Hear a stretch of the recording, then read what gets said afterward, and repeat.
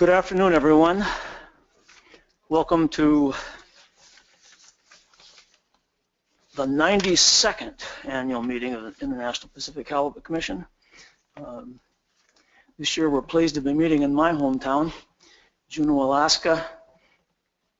My notes say the heart of the southeast, but I know there's people from Sitka and other places here, so it's southeast Alaska, whether it's the heart or the kidneys, but we're pleased that you're here. Pacific halibut's pretty important to this part of the state, and I want to thank everyone for showing up and being here. It's good to see familiar faces, a few new faces. It's good to see you. I'd like to make a special note of some honored people. We're honored to have them here. They may or may not feel honored, but we're honored to have them. So we got past commissioners Philip Lestenkoff. I know he's here. I haven't seen him yet, but it's good to have him back. There he is in the back row. Wonderful. Gary Williamson, who I spotted. Oh, there he is. We've got Chris Norris in the audience. Thanks, Chris. Sam Brynelson is here. Thanks, and that's, I believe, the extent of the people who have served as commissions for us. In addition, we've got people from the Pacific Fishery Management Council, Dan Mulford, Phil Anderson, Michelle Culver are here. We've got from the North Pacific Fishery Management Council, Dan Hull, and Roy Hyder I saw this morning. So thank you for coming. I don't think we have statistics on this, but this may be one of the largest contingencies of ex-commissioners. So it's points to, I think, the important parts of this kind of stuff. So from a rather practical point of view, I'll just mention some things that are going on. We've got a webcast of all the public and administrative sessions. We've got webcast information that's available at the website and at the information booth. And I don't know what this one means, but we've got live tweeting. You'll have to check with somebody. Meeting agenda documents and the presentations are all on the Halibut Commission website. The RARA and the Blue Book, there's copies around, but they're also all posted on the website. There's been some changes to the printed material, so the very latest updated material is what's on the web. So an announcement that's a little different than the agenda on Tuesday, which will be tomorrow if things work out right. The conference board and the PAG will start the meetings a little earlier at 10:30. We have Halibut Commission staff members who won't mention by name, but they're in that direction, and they're willing to help and answer any questions. Bruce can identify them specifically later on if you would want to. We've had a couple of meetings already today. The conference board and the PAG have met with the Management Strategy Advisory Board, the MSAB, to do some work this morning. They will report on Thursday morning public session. There was a seabird bycatch avoidance meeting this morning. We're pleased that that is going on. We've had great success. The longline fleet has had great success in reducing interactions with seabirds, and so we're pleased that that goes on. This is kind of a refresher. We're going to have Steve Keith in a couple minutes talk about the public commenting and how that's going to work, and so will remind me to do that if I forget about it when I get there. But I first want to mention that we've got a new face here among the U.S. commissioners. On my far left, we've got Jeff Kaufman, who was selected by the Department of State to serve as a U.S. Halibut Commissioner. You'll recognize Bob Alverson from last year, so he's been around a bit. There are new Canadian commissioners. We're pleased to see them back, and we'll let Paul talk about them in a minute. We also have on the U.S. side an alternate commissioner who has been appointed by the Department of State. In the event that one of the three of us can't make it to a meeting, Mr. Dan Hull, who is also the chairman of the North Pacific Fishery Management Council, is identified as an alternate commissioner. So he's prepared to step in at a moment's notice and make sure that there's no lag in our activities. And as you can see, I'm back here again for the 16th year, so I'm very pleased to to be here. We were looking at some finance and administration stuff this morning and noticed that every year since I started in 2001, our total budget has gone up a little bit, and coincidentally the quotas have gone down a little bit. So I have no summary point for that, but we noticed it. We had hoped to have some people from our headquarters office, National Marine Fishery Service here, but the snowstorms in the East Coast have kept them from attending, so then Mr. Sam Rauch may or may not be listening on the phone, but I only mention that because this organization, which has kind of existed in a greatly successful fashion on the West Coast, has also come to the attention of the Washington, D.C. area. So we're trying to make the best use of that, take advantage of that as we can. So we do have that going on. And with that, I think I will ask Paul if he has any comments from the Canadian side.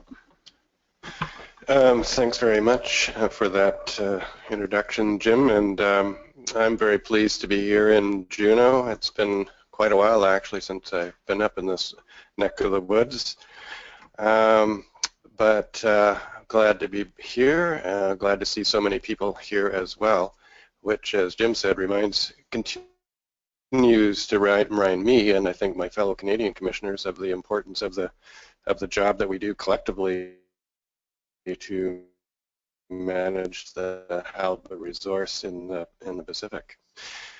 Immediately to my right is Mr. Tedesou. He's one of our Canadian commissioners, and to his right is David Boyce, who both these gentlemen have long experience in the Canadian fishery. And I work currently for the Canadian Department of Fisheries and Oceans. When I say currently, not meaning that I'm going anywhere, but I reflecting recently that I've been there about 30 years now, so time goes on quite quickly. I only had a couple other comments, Jim. I think that I wanted to make at this point in time. Looking forward to the presentations that we're going to get this afternoon on a host of things. Some of them we have seen, or various components we've seen before. But it's, I think, important to do them a few times because some of them have a lot of information and it takes a while to digest that information. I'm, encouraged. I forget how many years now using the risk-based decision table, and I expect that there will be in presentations again this go around. And I think it's important for us all to consider and make decisions this coming week around how we manage the resource and consider those risk decision tables. I certainly support the use of those and continue to see ways that we could probably make improvements to them. One of those improvements in recent years is the consideration around the use of the spawning potential ratio, which I think we'll probably hear about some more today. I think it provides a more comprehensive measure to inform us of what the stock is doing and better informs us around decisions on making on determining catch limits. The other thing that I would like to mention too is that encouraged to see the reduction in bycatch when we were at our previous annual meeting a year ago or so. We had quite a discussion, and I know that this will come up as well later in the agenda, but I was quite encouraged to see that I think it was roughly a 17% or so reduction of bycatch in Alaska's fisheries relative to 2014.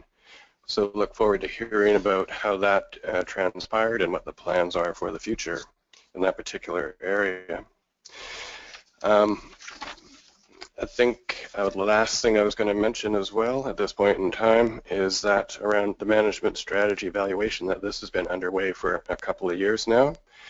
I think that progress is being made, and I look forward to further progression in the development of that overall evaluation to update us all on what we're trying to achieve under management objectives, but also to better inform us around the harvest policy that we may wish to see some modifications to, depending on the outcome of that process. So thank you very much and look forward to this afternoon.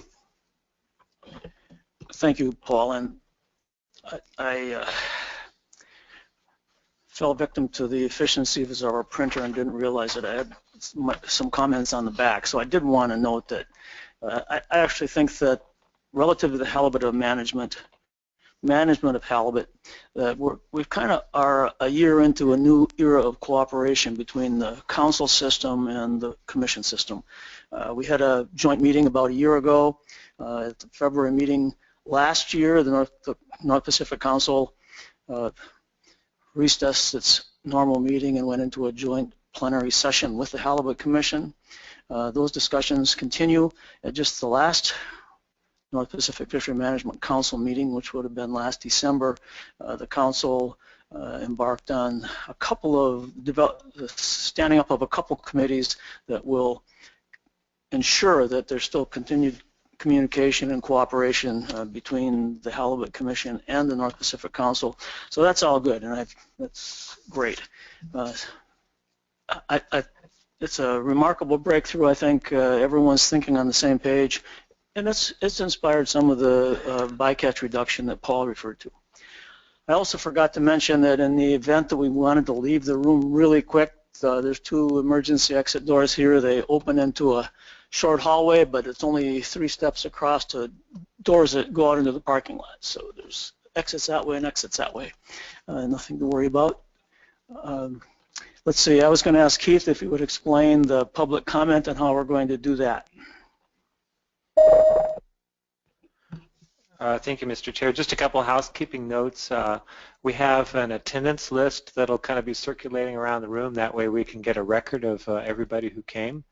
And then also somewhere on this side of the room, probably at the end over there by Ray or someone, we'll have a sign-up list for the public comment period. And that's so people don't have to line up and behind the microphone while they're waiting to speak. We'll just get everybody's name on the list, and then we can call people in order. So we'll have both those lists. The attendance list will go around the room. When we do get to public comment, we ask that you do sign up on the list so we know that you want to speak, and we ask that, or the commissioners ask, that you limit your comments as much as you can to 3 minutes if you can. And if the point has already been made, you don't need to use the whole time, but you can agree with previous speakers. And I'll note that, as Dr. Bossler said, this session and all the administrative sessions as well are webcast, and so we'll be incorporating the questions and comments from the web audience as well as from the audience in the room. Thank you. Thank you, Steve. So, Dr. Lehman, would you have some comments from the staff? Thank you, Mr. Chairman. I just wanted to also recognize Andy Mesereau, who's also a member of the North Pacific Council, came in, and also for you folks sitting there, there's actually some empty chairs over here on this side of the room if you want to walk over and find a seat for the session this afternoon. I did want to talk a little bit about some changes at the Commission in the last year and changes that are coming for us. One of the big ones is I'd like to introduce Dr. Josep Planas. Josep, could you stand up, please? So Dr. Planas is joining us. Just joined us in the beginning of this year. He is a physiologist and epigeneticist by training, and he's going to be joining us and kicking off a new way that we're going to start looking at halibut. He's heading up our ecosystem science program, and what he brings to us is a different kind of perspective on how we've been looking at halibut over the last years. We have tended to look at halibut from the environment inwards towards the population, and what Josep has brought to us is an idea that let's look at the animal and find out what the animal can tell us about the things that it's experiencing and what can we use as a tool for learning from that. So we're very excited to have Josep with us here. One of the other changes that's happened, as many of you know, is Dr. Steve Martell, who was with us for the last several years, has taken another position, and that was a fairly big blow to us because Steve was a really critical part of our understanding of things like harvest policy and the development of our management strategy evaluation. And I'm very pleased to be able to announce that we have replaced that position with Dr. Alan Hicks. Dr. Alan Hicks comes to us from the Northwest Fisheries Science Center in Seattle. He has a great deal of experience in analysis, in stock assessment, and in doing the management strategy evaluation process for other species, including Pacific hake. Alan will be joining us in early April, and we're very excited about having him join our team as well. So we had a bit of a blow when Steve left us, but I think we've replaced Steve with a really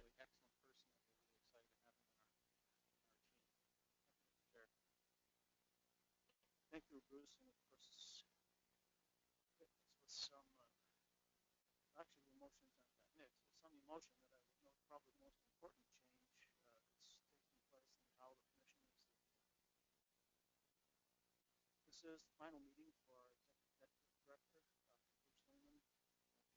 18 years and longer we've been running the show. We with the Halibut Commission through May, but this will be the last time that we've come to public. Bruce is a longtime old friend. We were recounting last night that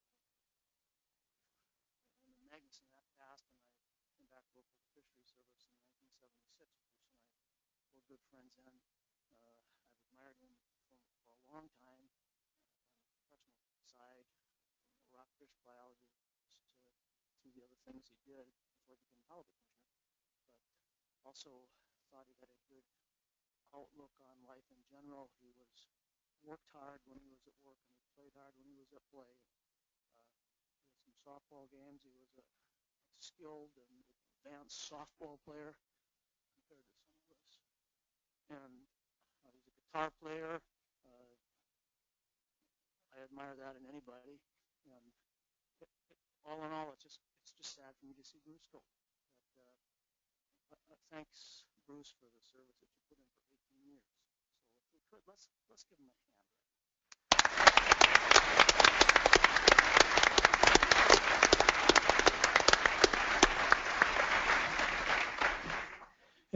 And then on a follow-up, a person that probably not many people know has been identified as the next executive director, a man named Dr. David Wilson from, he's working at the East India Ocean Tuna Commission right now. He's an Australian, and he's going to come to work for the Halibut Commission sometime in the summer. So we're looking forward to that and hope that you will extend the same cordiality that you have towards Bruce when he gets here. And with that, Bruce, I think we're ready to move to the program. Thank you very much, Mr. Chair. So we have a number of presentations for you this afternoon, and I invite the commissioners to take a seat in the front row there if you wish, and you'll get a better view of what we're going to be talking about here. We're going to start off with Heather Gilroy giving us a presentation on the state of the fishery through 2015. If you would, please, Heather.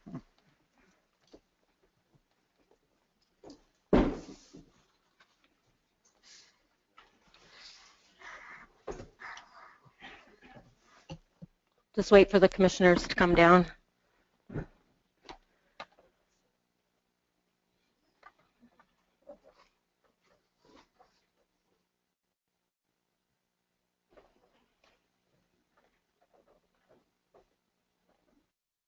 Right, I'll be giving the 2015 Pacific Halibut, just a summary of the fishery this last year.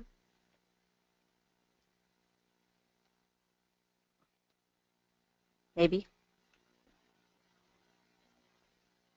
This won't page down.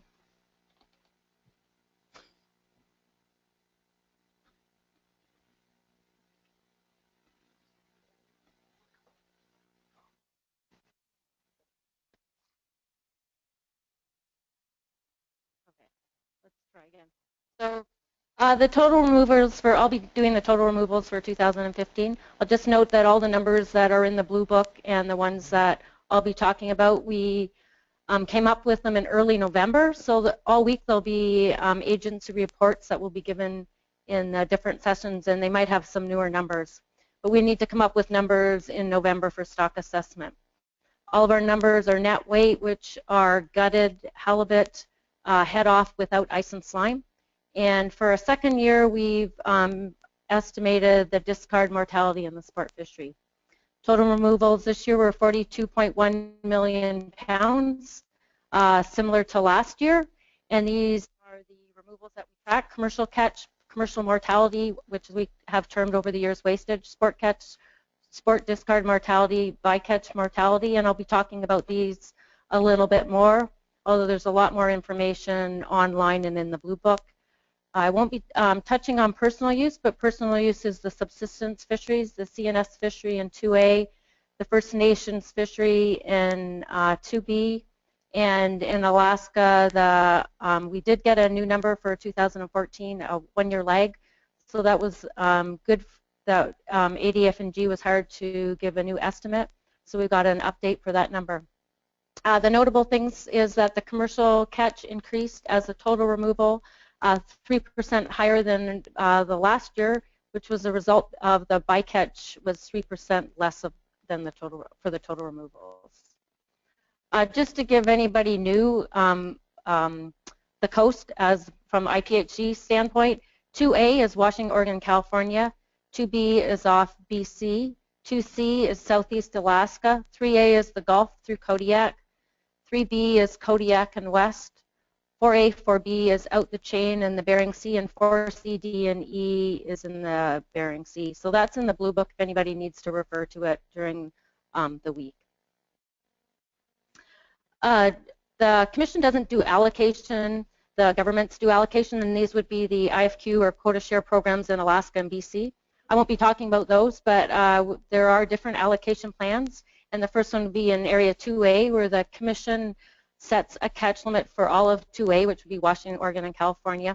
And the Pacific Fishery Management Council has a catching plan that divides it amongst the user groups, which would be sport, commercial, and treaty Indian users. And the total catch in that area was just slightly over the catch limit developed by the Commission, which was the 0.79 million pounds. The next allocation moving up the coast would be off of British Columbia. The Commission sets a catch limit for sport and commercial users, and then Department of Fisheries and Oceans divides that 15% for sport, 85% for commercial users. There's additional adjustments that take place. There's fish held for First Nations, there's fish held for research, and there's an underage plan for the commercial fishery. The overall catch was just slightly under the 7.03 million pound catch limit. Area 4C, D, and E, IPHC considers that one management area, and the North Pacific Fisheries Management Council has a catching plan that divides it amongst the areas. I will say there's also additional regulations that allow 4C to be caught in 4C and D, and 4D to be caught in 4E. So when you're looking at the totals, in some areas it might look like that we've gone well over the different areas, but that's allowed by regulation, and we consider it one area. The overall catch was 8% under the catch limit. The last allocation program I'll talk about is for areas 2C and 3A, and the North Pacific Fisheries Management Council has a catching plan that the Commission adopts, and so there's a catch limit for sport and commercial, for sport charter and commercial fisheries, as well as the catching plan has the incidental mortality for both fisheries. The Area 2C catch was just slightly under the catch limit, and the Area 3A catch was within 1% or 1% over the 10.1 million pound catch limit. Moving on to commercial fisheries, this is for Area 2A. We have 4 commercial fisheries. The first one's a directed fishery. We had 2 10-hour openings with fishing period limits, and this happens off Oregon and California. And there were 2 openings, so we were 9% over the catch limit. The next fishery is an incidental halibut fishery during the salmon troll season. It opened on April 1st with a ratios of 1 halibut to 4 Chinook, plus a trip limit of 12. In early August, the management groups got together and changed the ratios to try to allow the fishery to go longer. They changed the ratio from 1 halibut to 2 salmon, plus a restrictive trip limit of 2 fish, and in the end the fishery closed earlier than it had been previously on August 21st, and the catch limit was taken. The next one is an incidental halibut fishery during the limited entry sablefish fishery off Washington. Opened on May 1st and it closed on August 31st. The ratios were the same as the last couple of years. The catch limit was taken. The sablefish fishery runs till the end of October, so the retention of halibut was not allowed after October or August 31st. And the last commercial fishery in the area is the treaty Indian fisheries. It was pretty short this year. There was 1 restricted and 1 unrestricted opening. The restricted fisheries, where there are fishing or a vessel day limits of 500 pounds, and the catch was 3% over the limit. All of the numbers and more information on the tables are all can be found in the Blue Book. Just to mention the commercial fisheries in Alaska and British Columbia, they opened on March 14th and closed on November 7th. We've had early openings as early as February 28th, and it's opened as well up to March 18th. But last year it opened on March 14th. The catch for 2B was 5.9 million pounds, and for Alaska was 17.5 million pounds. The catches were all very close to the catch limits. We were at the catch limit in 2B. We were 1% under in 3A, 2% under in 2C and 3B, 6% under in 4A, 4B, and 8% under in 4C, D, and E. This wasn't as close as we were in 2014, but we have been under as much as 16% in some of the far west areas. I mentioned that we track incidental mortality in the commercial fishery. We've termed it wastage over the years. We've been tracking it since the 1980s. There are 3 components of it. The first one is the halibut that die that are caught and released that are under the size limit. The assumption is that 16% of these fish die. We get the information in 2B from the logbooks, and they have video to check that. For the other areas, we use the ratios from our survey programs. Another mortality in the commercial halibut fishery would be the lost gear, and so we track the amount of lost gear from our logbook program. And lastly, or 2 things were new in 2013. We started to track the sublegal fish from the lost gear, as well as regulatory discards, which would be in Area 2A where they meet a fishing period limit and they have to discard above that limit. Moving on to the sport fishery, we started looking at the sport fishery when it started in the 1970s. As you can see, it increased into around the 2000s at 9 and 10 million pounds. There was 3 years that had decreased, and then the last 5 years it's been a similar amount. 2015 it was 6.9 million pounds. It's come down with the different management programs that have been in place.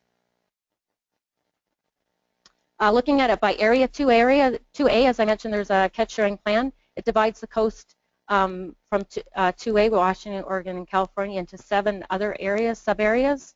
In 6 of these areas, there's in-season management, and the fishery is anywhere from 3 to 184 days. But all the catches were very close to the catch limits. In 2015 was the first year California was able to do in-season management, so that was good to see. And the catch was around 5% under the allocation.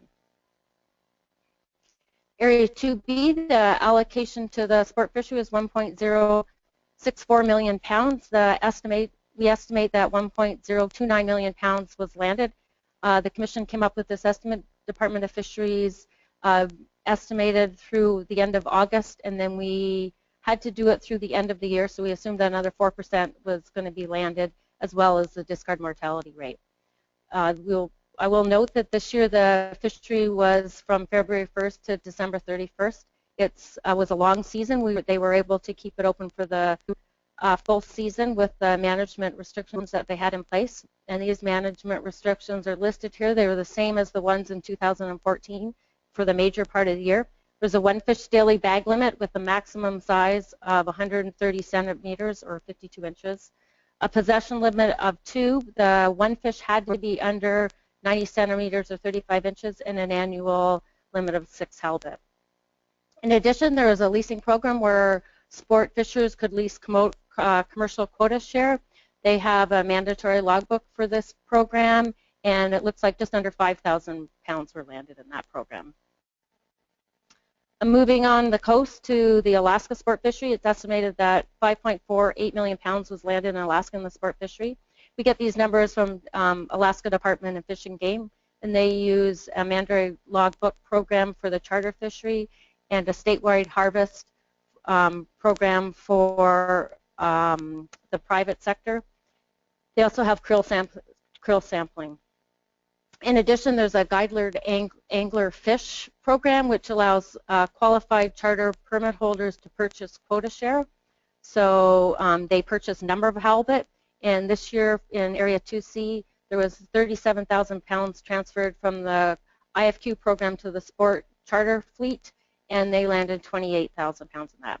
In 3A, same thing is allowed, and there was 10,000 pounds transferred and 5,000 pounds was landed in that program. So as I mentioned, there's an allocation program or a catch sharing plan in areas 2C and 3A. So the charter allocation for the southeast was 0.851 million pounds, and the harvest was very similar to that. The North Pacific Fishery Management Council recommends to the Commission regulations that they would like to see in place to manage this fishery, and the Commission adopted these last year. It was a 1 fish daily bag limit, a reverse slot limit where the fish needed to be 42 inches and smaller or 80 inches and above, and there are no there are line limits for fishing on the vessel and no skipper and crew fish. Overall, 5% more fish was caught with a slightly lower average weight. The average weight was 11.8 pounds, was less than half a pound different than the previous year. Private anglers in the area, there were no additional restrictions. They have a 2 fish daily bag limit. Fewer fish were caught with a slightly higher average weight. There's about 50,000 pounds more in this fishery landed than the previous year. The last allocation program is in Area 3A, so the charter fishery. Their allocation was 1.85 million pounds. Their harvest was 8% over that. They had many management programs in place to try to keep the harvest within the allocation, which included a 2 fish daily bag limit, maximum size of the second fish, so only one fish, the maximum size was 29 inches. Vessels in the fishery were only allowed 1 trip per calendar day, and a new restriction that hadn't been in place before was charter vessels. The anglers couldn't retain a halibut on Thursday from June 15th to August 31st. With the exception if the charter fleet had gotten a guided anglerfish, they were allowed to keep it during that time. There's an annual limit of 5 fish, although 8% less fish were caught. With the higher average weight, they were 8% over the allocation. Private anglers, there were no additional restrictions. There's a 2 fish daily bag limit, similar number of fish caught, a lower average weight, so there was 2% less caught than the previous year.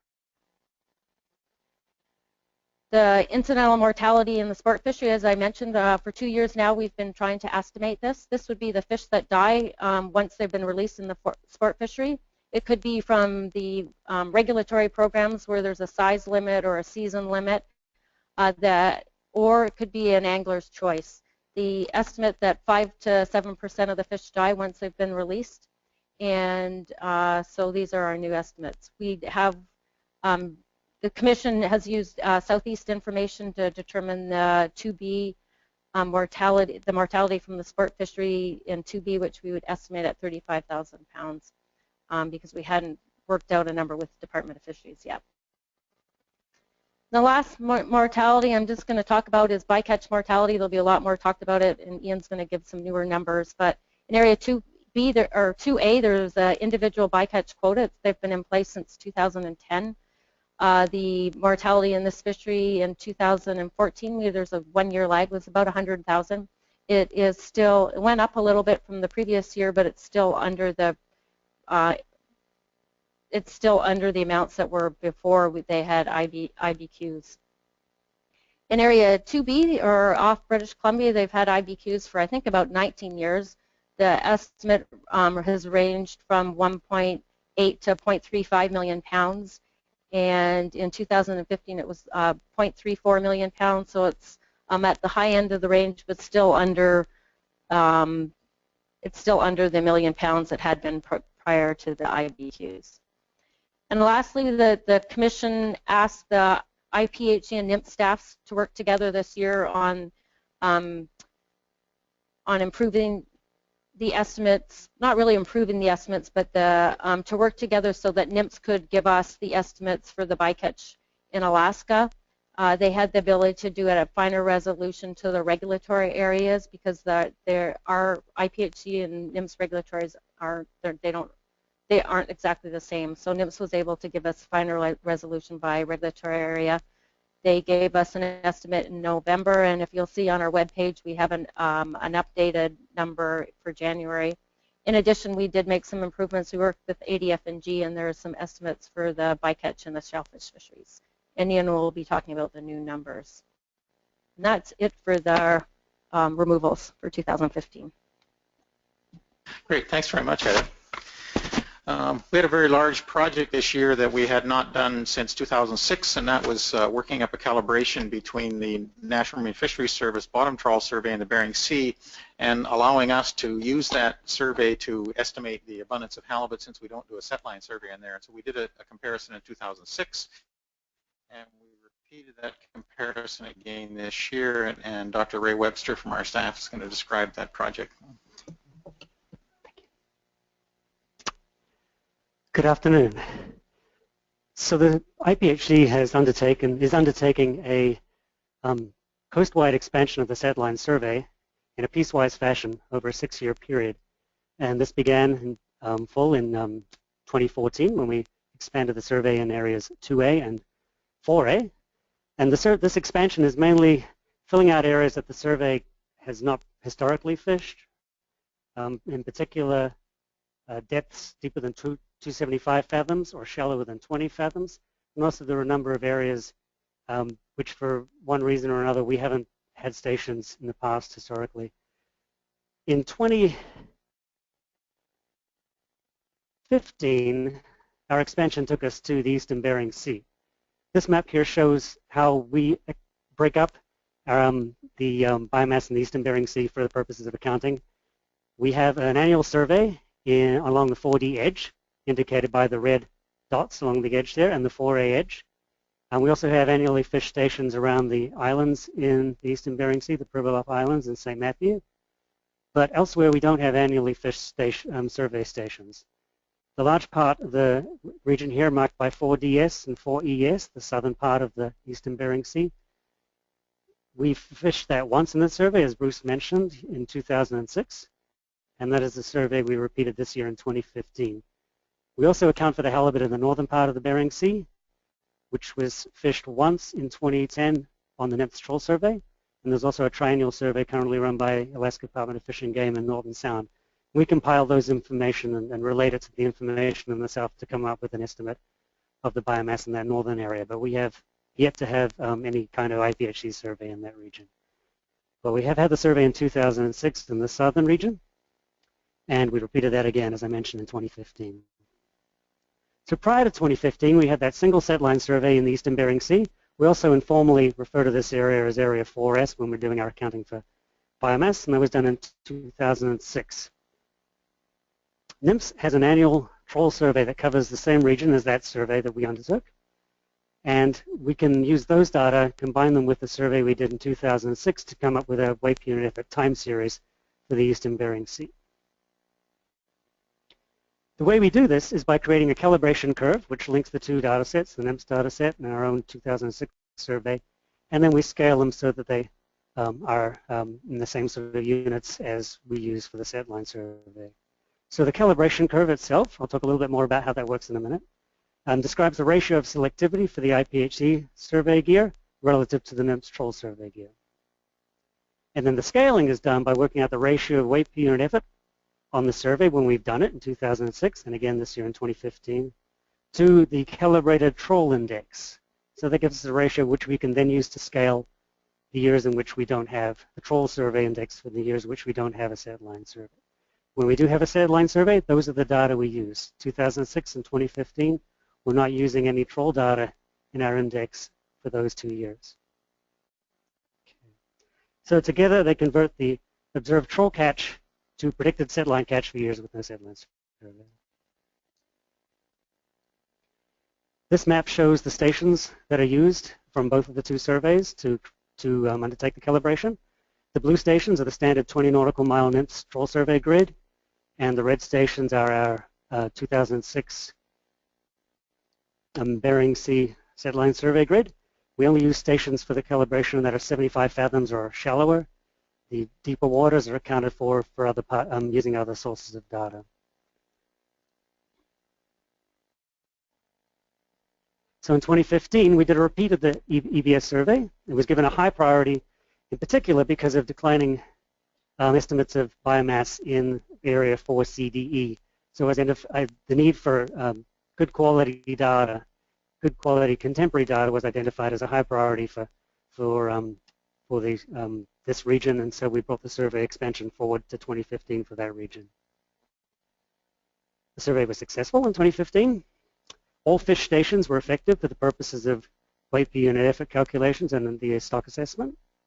So we didn't have to throw away any data because if something went wrong on the survey.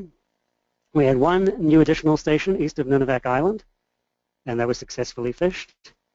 We also had 3 potential new stations that were prospected but were found to be too shallow for our IPHC survey gear to fish, and those were shallower than 10 fathoms. And one of those was the paired station for the successful new station off Nunivak Island, and then there was another additional pair that was clearly too shallow when we went towards them. This map shows the relative catch rates, 0.032 weight per unit effort on the setline survey stations in the Eastern Bering Sea in 2015. The size of the dot is proportional. The area of each circle is proportional to the weight per unit effort. The highest station caught 86 pounds per skate, which compares favorably to the coastwide average. We have a few patches of relatively high density around Nunivak, around the edge there, and a couple of other patches elsewhere.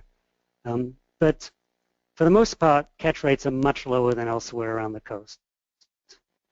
So scaling things so we can do a comparison with the Area 4 edge and part of Area 3B and the island stations, we see we have stations with much higher catch rates in those areas than we do get in the Eastern Bering Sea. So overall, densities in that region are low. But although they're low, it's a very large area of bottom area, a large area of habitat. So it's important that we get good information for that area. And we'll see how important that is at the very last slide of this part of the talk. So in 2015, our 83 stations produced a similar weight per unit effort index as we achieved in 2006. So for the first columns there, all stations combined, all 83 stations 2015 compared to the 82 we did in 2006, we had 16.3 pounds per skate in 2015 and 16.9 pounds per skate in 2006. Now we don't use all of those stations, as I mentioned before, for the calibration or for the weight per unit effort calculations. In particular, we have a pair of stations that overlap the 4A edge, which is accounted for in the 4A calculations, and a couple of stations over the 4D edge, which is accounted for separately, and 2 in the vicinity of St. Matthew Island. So those 6 stations, when they're removed, we actually had a somewhat of an increase in the weight per unit effort index for CDE from 12.4 pounds per skate in 2006 to 15.8 pounds per skate last year. So how do we go about analyzing the data?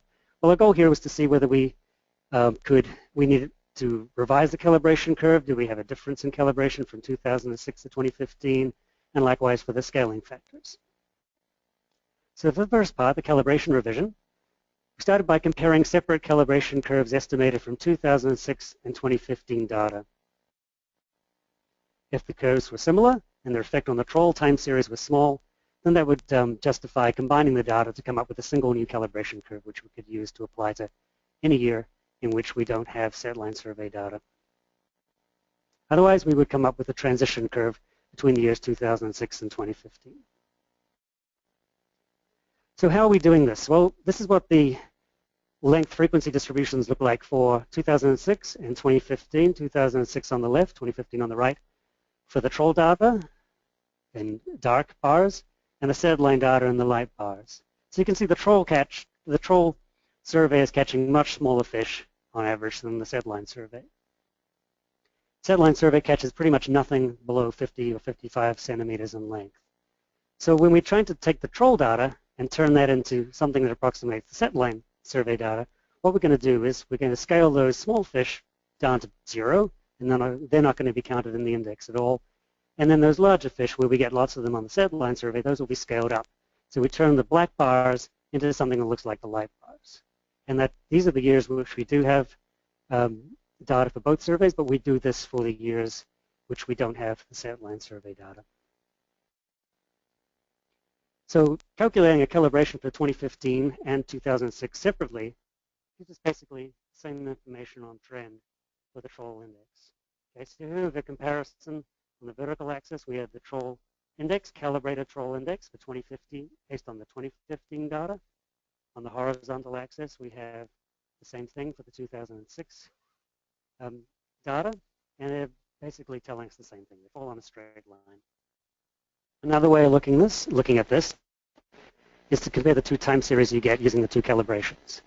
And the trend is virtually identical across all years using each of those two calibrations. Now there's a scaling factor difference here, but that's dealt with in the second part of the analysis where we calculate a scale factor.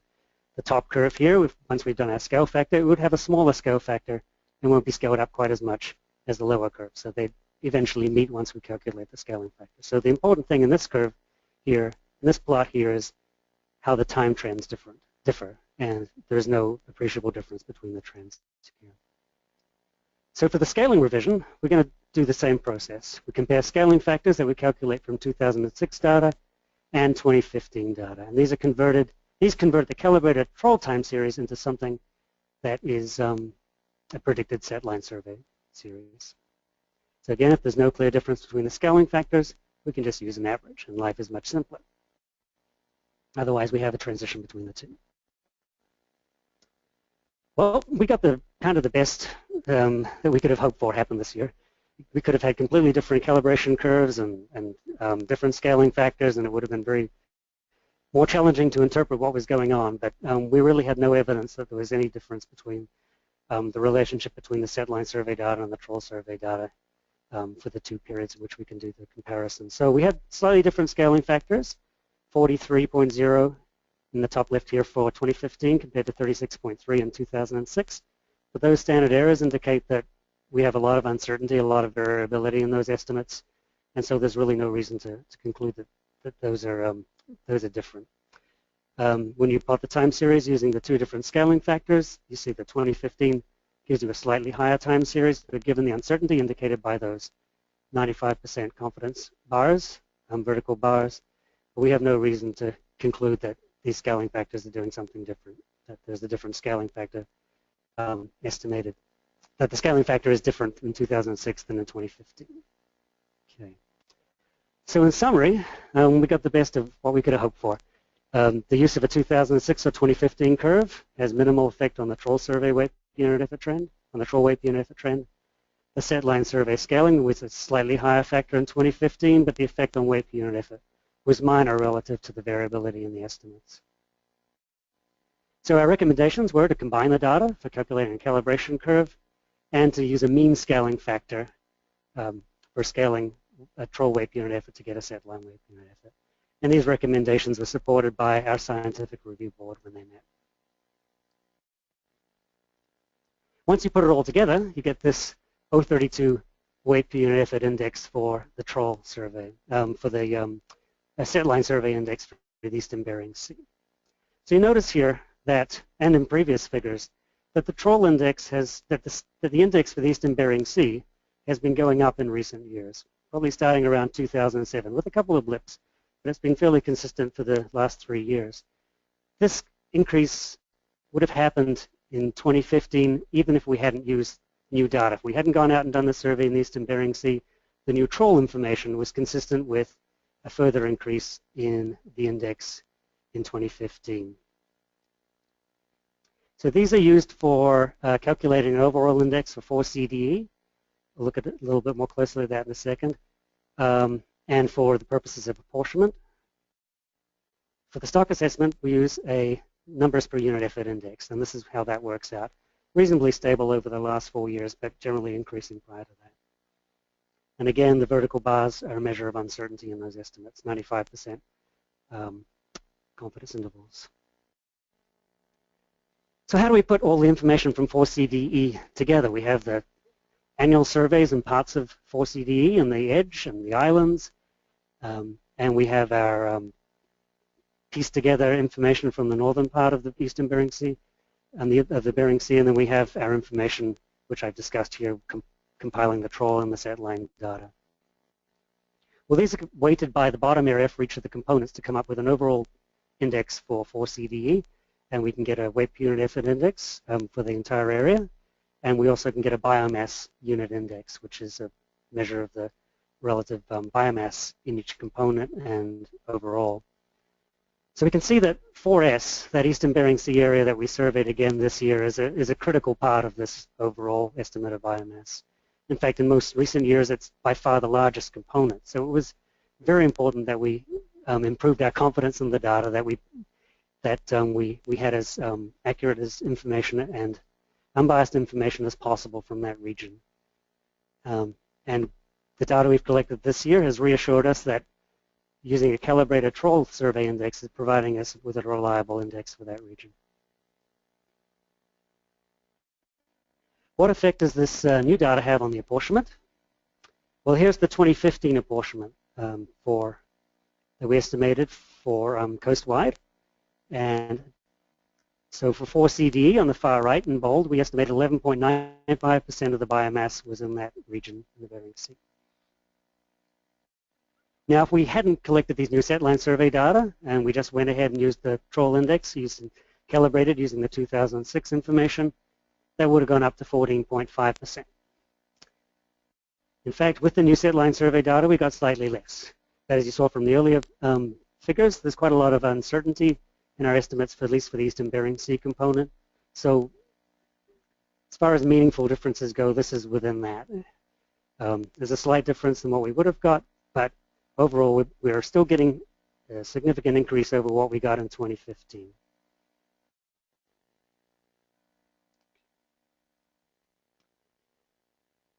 So that was our second year of the survey expansion. 2016, we're going into unsurveyed waters also in the Bering Sea, in area 4D, to try and improve the information we get from the 4D edge. So it's a fairly large area. Up until 2015, we've had 49 annually surveyed stations in that region. These are indicated by the black circles on this map. The dotted lines indicate the international boundaries. And we're planning to add between 76 and 85 new stations indicated by the filled-in red circles. Those are ones that the bathymetry data that we have most currently indicate between 75 and 400 fathoms, so we're going a little deeper than we have previously. The current depth range is 75 to 275 fathoms in this region. We also have a handful of stations which we're going to prospect. The bathymetry says they're just on the edge of not quite being deeper than 75 fathoms, so 74.6 and that kind of thing. So we're going to prospect those stations to see if we can fish those as part of our survey. The bathymetry here is particularly poorly estimated. I think it's very flat area, and the boundary of 75 is not a clear boundary. It kind of weaves in with little spots here and there. So we want to make sure we're getting all the stations that we think we should be including. In 2017, probably one of the more exciting areas is for those of us who love getting new information, is Area 4B, where we have 89 stations currently, but we have some substantial gaps in our coverage in Area 4B, particularly out east, the very central part of the region, and Bowers Ridge, which we have no information on at present. So the new stations, assuming they're all fishable, and some of them may well be either too close to rocks or in areas that have restrictions or the currents are too strong, we have potentially 104 new stations to add to Area 4B. So in 2014, when we did a similar expansion in Area 4A and filled in some areas in the west of 4A, just east of this region here, we found that there were areas that we had not surveyed previously which had pretty good halibut densities, and whereas conversely we had good coverage in areas with relatively low densities, and it led to a reappraisal of our understanding of halibut density in Area 4A and an 11% increase in our estimate of biomass in that region. And it wouldn't surprise us if we could get the same kind of differences in the unsurveyed regions in Area 4B. So a very important area to go back and survey for the first time. In subsequent years, 2018 and 2019, we plan to round out our survey expansion with areas 3B and 3A, and then 2B and 2C. Final part of this talk, which is not covered in a report in the Blue Book, though it is in the RARA, it has an impact on the apportionment, so we're presenting it here, is something of an expansion we did in Area 2A, where we made use of NIMS West Coast Troll Survey data in that region to try to account for some halibut that we hadn't previously accounted for. So with these expansions and with the survey and with this kind of thing, we're trying to account for all halibut coastwide, Pacific halibut coastwide, in our estimates of weight per unit effort and in our biomass and abundance, density and abundance calculations. So here in Area 2A in 2014, as I mentioned, we expanded the survey and we expanded it down as far south as 39 degrees north. Our annual survey goes to 42 degrees north, which is the Oregon-California border. We did go further south in 2013 to 40 degrees north in Northern California, and we had good catch rates there. And in 2014, we expanded further from 40 to 39, and we caught absolutely nothing in that range. But nevertheless, other platforms for catching halibut have caught something south of there. The NIMS Troll Survey has, annual troll survey has caught halibut down as far south as San Francisco Bay. And West Coast observers have caught a Pacific halibut as far south as Morro Bay. So we know they're out there. They're likely in very low densities, but we still want to account for them. It's a reasonably significant amount of bottom area for Area 2A. So our question here was, well, can the NIMS Troll Survey data be used to provide us with an index in this very southern terminus of the halibut range? And the answer was not very well, but it's still usable. So here's what the survey ranges look like. The red dots are our asset line survey in 2014. And when we were doing this analysis, the most recent data we had from the troll survey was 2013. And it shows the troll survey down to 37.75 degrees north, which is where we expanded the bottom area to for these calculations. So our annual setline survey goes to the line 42 degrees. We have had stations in 2014 down to 39. We're hoping, with this analysis, we're adding additional information south of there. Well, as far as, so it would be nice if there was a clear relationship between the setline survey and the troll survey where they overlap. And if that was the case, then we would feel comfortable using the troll survey index on an annual basis to index the southern part too, at least more comfortable. Well, there's apparently no relationship between the two indices. Here we have the troll index on the vertical axis, the setline index on the horizontal axis for the years in which we have both surveys run, and there's no apparent relationship between them. So what does this mean? Well, the troll survey itself catches relatively few halibut. Our setline survey catches hundreds of halibut a year. The troll index in the years where we have available has caught something on the entire troll survey. So when catching so few halibut, there's a cluster halibut year or another year, have your index around in a very random fashion. So what information can we squeeze out of these data? This difference from the start is that the densities of the range are much lower than the northern portion of the range. So we can use the ratio of the northern troll survey index to the southern troll survey index to come up with the index in the southern portion. So it's clear that densities down there, 40 degrees north, are very low, and the weight unit effort is around 10% of that in the northern area. The average ratio of troll weight unit effort, average of those 11 years, the region not covered by the setline survey, so that kind of the ratio of which is the average.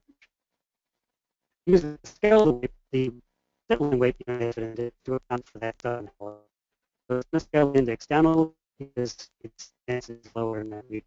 However, the end result is that we get an estimate of 3% more biomass in that region than we previously had.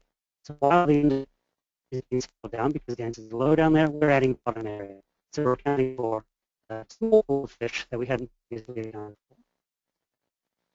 So I think this, we hope that this is the end of our accounting. And last time we discovered halibut in Southern California, Pacific halibut in Southern California. We've probably done as much as we can to account for the halibut coastwide. Unless there are change in the distribution of halibut currently. So what effect does this have on the ocean? As you can imagine, it's been relatively small for most areas, except for Area 2A. So here's the table I showed previously. including the changes to full CDE, with the bottom line here being the old data included up until the 2016 Eastern Bering Sea survey. Now, if we add this new component at Area 2A into the mix, we get a small 3% increase approximately to the 2A proportion. So we estimate instead of 2.77% of the biomass in Area 2A, we now move to 2.85% of the biomass. Because that increase in 2A is spread across the rest of the coast in terms of decreases, it has a fairly minimal effect on any other regulatory area. So that concludes the summary of what we're doing and what we did in 2015, and we're excited about the work for 2016. We hope we get lots of bids on the Area 4D Edge, and likewise in years to come. Thank you. Great, thanks very much, Ray. Before we move on to the next talk, I'll invite the people standing by the door. We have additional seats over on this side of the room if you'd care to come in and join us, because we're about to get into the heavyweight part of our discussion. But I did want to comment just a little bit on Ray's presentation. The information we got from the Eastern Bering Sea this year was very reassuring, because we had a fair amount of uncertainty about whether or not the calibration we did in 2006 was appropriate, and it was very good this year to get the confirmation that the calibration and scaling factors were appropriate for that area. So I'd like to ask Dr. Ian Stewart to come up and now go through the major part of our presentations, which is looking at the stock assessment and the harvest decision table. So Ian, please. Thank you, Bruce. Well, we're getting set up here. I guess start out by saying good afternoon, and I'd like to acknowledge the work of everybody at the Halibut Commission. I get to stand up and present the annual stock assessment, but it's really the culmination of a lot of work throughout the year of our entire staff in Seattle, from data collection through all the various steps of analysis. And it's always, frankly, it's always kind of a miracle in the fall when all the data come in and everything looks as good as it does. Our staff takes great pride in creating really clean data sets, and it makes my job much easier in the fall to produce the annual stock assessment when everything comes in ready to go. And I think I have some more optimistic news for you this year. So I'm going to start out with a summary of what I'm about to tell you, because this is going to be a fair amount of material here. It's going to take a little while. The bottom line for this year is that we can see some positive trends, both in the data and in the stock assessment models. The stock appears to be stabilizing at a coast-wide level, and the more years that we've seen this play out, the more certain we become of that. However, this year, perhaps more than in recent years, some of the area-specific trends are even more important and more pronounced. And I'm going to spend some time in this talk telling you more about focusing on some of these and trying to understand why the patterns are different in certain areas than others. In addition, we're also starting to see some differences between our set-line survey results and our fishery trends, particularly in a couple of regulatory areas. And again, there, I'll try to focus on where those differences are and draw your attention to those. The halibut stock is complex. It's not as simple as just one trend fits the entire stock. I think as we learn more about it, we learn that it's important to capture the dynamics of the entire stock, but it really is these area-to-area differences on a yearly basis that we need to figure out. One of the particularly bright spots this year is that the harvest policy results, when we look at the decision table, when we look at some of the probabilities of potential stock decline or changes in future fisheries, we can see that those probabilities are generally more optimistic than in recent assessments. Certainly in the years that I've been presenting here, this has been my fourth assessment, and the probabilities in the decision table this year are definitely the most optimistic I've seen since I started here at the Commission. A particularly bright spot is Area 4 C, D, and E, and there we have a combination of two factors. My colleague, Dr. Ray Webster, just described to you how we build the index for Area 4 C, D, and E. And due to both a combination of an increased abundance estimate as a function of that index that he just described, as well as substantial decreases in bycatch in that area, what we see at the blue line this year is a much larger fishery CEY than we saw last year, and in fact in any of the last 3 years that we've calculated that value. And I'll explain how we get to those values and what they are specifically as we go along. The outline for today's talk will be to first present the data without any models, just to show you what the trends are and let you make up your own mind about what you see or don't see in our various data sets. The second section will be describing the modeling efforts that we did this year and the results from those efforts, including the decision table describing the probabilities of risk and benefits at the coast-wide level. Then at the discretion of our commissioners, I'll take a short pause. Perhaps we'll do questions or maybe just a short break. And then I'll move into the last section of this talk, which will describe the apportionment process, where we get from coast-wide results to area-specific results. And that will lead to the harvest policy calculations and finally the catch tables describing the fishery catch limits at each of the regulatory areas based on our current harvest policy. Okay, Heather already gave you a summary of the most recent removals, and so I'm going to try to put that summary that Heather gave you into a little more of a historical context. What you see in this figure is our estimates of total removals from the halibut stock since 1960, all sizes and all sources of removals by each of the components in those removals. So the dark green bar across the bottom are the directed fishery landings. The orange sliver in the middle, colors are pretty similar on my screen, the orange sliver in the middle is the wastage in the directed fishery. On top of that, in blue, is the sport fishery removals. Personal use and subsistence is that small black line down through the center of those series. And then on top, in purple, is the bycatch estimates. And what you can see is that over time, this stock has become more and more fully subscribed. If I took this figure back, I gave a talk last week where I actually talked much more about the history of this fishery. The farther back you look, the simpler it gets. In the early days of the fishery, it was pretty much just the directed fishery. And then sometime in the 60s, we started to see an appreciable component of bycatch contributing. And as time has gone on, we've seen these other sources of removals become more and more important. And I think the important point is just that we are now fully subscribing this stock. It's being harvested by multiple users across the entire geographic range of the stock. Much more so than it ever has been in its history. To put us in context, over the last 100 years, we've seen a 63 million pound average removals from this stock from all sources. And where we are currently in 2015 is 42 million pounds. You can see we're running at about 2/3 of the long-term removals of this stock. Now, without any models at all, if we look back 100 years and we see an average catch of 63 million pounds, that's pretty suggestive of what we might get over the long term out of this stock, even without fitting a model to that. Over that many generations of halibut, that's probably in the ballpark of the sustainable yield we might get out of this stock. There's no guarantee we're going to be able to get that level of removals every year. And in fact, right now, we appear to be in a period when we're somewhat below that level. And that's due to several factors. One of the biggest ones is the change in size at age, which I'll talk about in a few slides here. Now, to zoom in a little bit in the last few years and just look at the trend among these various sources of removals over the last 5 years, I'll draw your attention to a couple things. And these are things you already know, I'm sure. But the directed fishery, the landings, and the wastage as well, the first two columns there on the left after the year column, have both declined substantially over the last 5 years, 37% and 48% respectively. And in total, the removals from the stock have come down by almost a third over the last 5 years. Now, I will note, and Heather mentioned this as well, at the end of the year, in November, we make projections through the end of the year because we need to conduct the stock assessment. We need to get the preliminary results out at the interim meeting. At the end of the year, we did receive an update from the National Marine Fisheries Service and from several other groups updating some of our numbers at the end of the year. Particularly, one of the most important components of that was updated estimates of bycatch. And so these were the numbers consistent with what I showed you at the interim meeting. At the end of the year, I'm sorry, I'm getting ahead of myself a little bit. Actually, I'll just go ahead and show you. At the end of the year, we actually had updated numbers for bycatch, which brought that total level of bycatch down to 7.5 million pounds from 7.7. Now, that 7.5 million pounds of bycatch is, in fact, the lowest estimate we've seen since the early 1980s. So in the last 30 years, we're now at the lowest level of bycatch we've seen.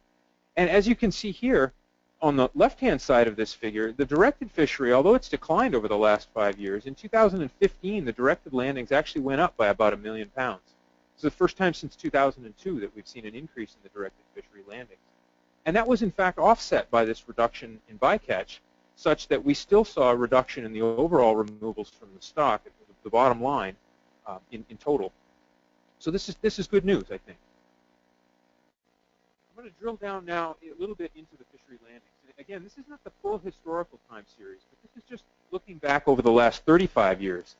And as I reconstructed some of the history of the removals of this stock, one of the things that really struck me this year in particular is how variable the contributions of different regulatory areas has been.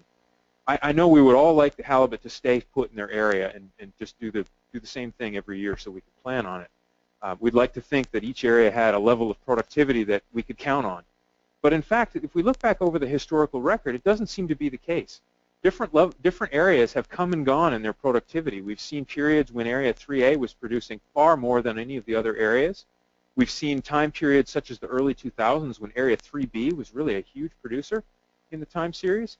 And then we've seen other periods, such as the current period there, where you see that the series in blue, 3A and 3B, and the contributions from Area 2 in red there are now down to a much more similar level. So we've really seen some very large changes in the productivity of these various areas over time. And I think looking back over the history, we should be prepared to expect more of these changes in the future. No matter how good a job we do managing this stock, we can't expect that the amount of surplus production in any particular area is necessarily going to be stable at some level that we'd like it to be. So now I want to move into a little bit more detail about the bycatch estimates. And I want to note here, provide a thank you to the NIMS Regional Office, who really worked with us extensively this year. As you all know, we had many questions about bycatch in last year's meeting. It was one of the biggest topics we dealt with last year. And we had several technical issues associated with that, delineating bycatch to IPHC areas, creating in-season projections, how we were working with the data. And the NIMS Regional Office really helped us to improve that this year. They provided, as Heather mentioned, they provided a spatial assignment of bycatch to the IPHC areas from their statistical areas.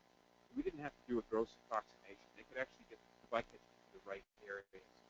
In addition, with their improved understanding of the many target fisheries that are going on, they were able to do in-season projections for us. I'm using a more sophisticated method than we used in the past, using calendar date and how much bycatch usually occurred in the season. So we were able to improve those two things with the help of the NIMS Regional Office. In addition, at the Commission, each year we receive the length frequency estimates from the NIMS Observer Program.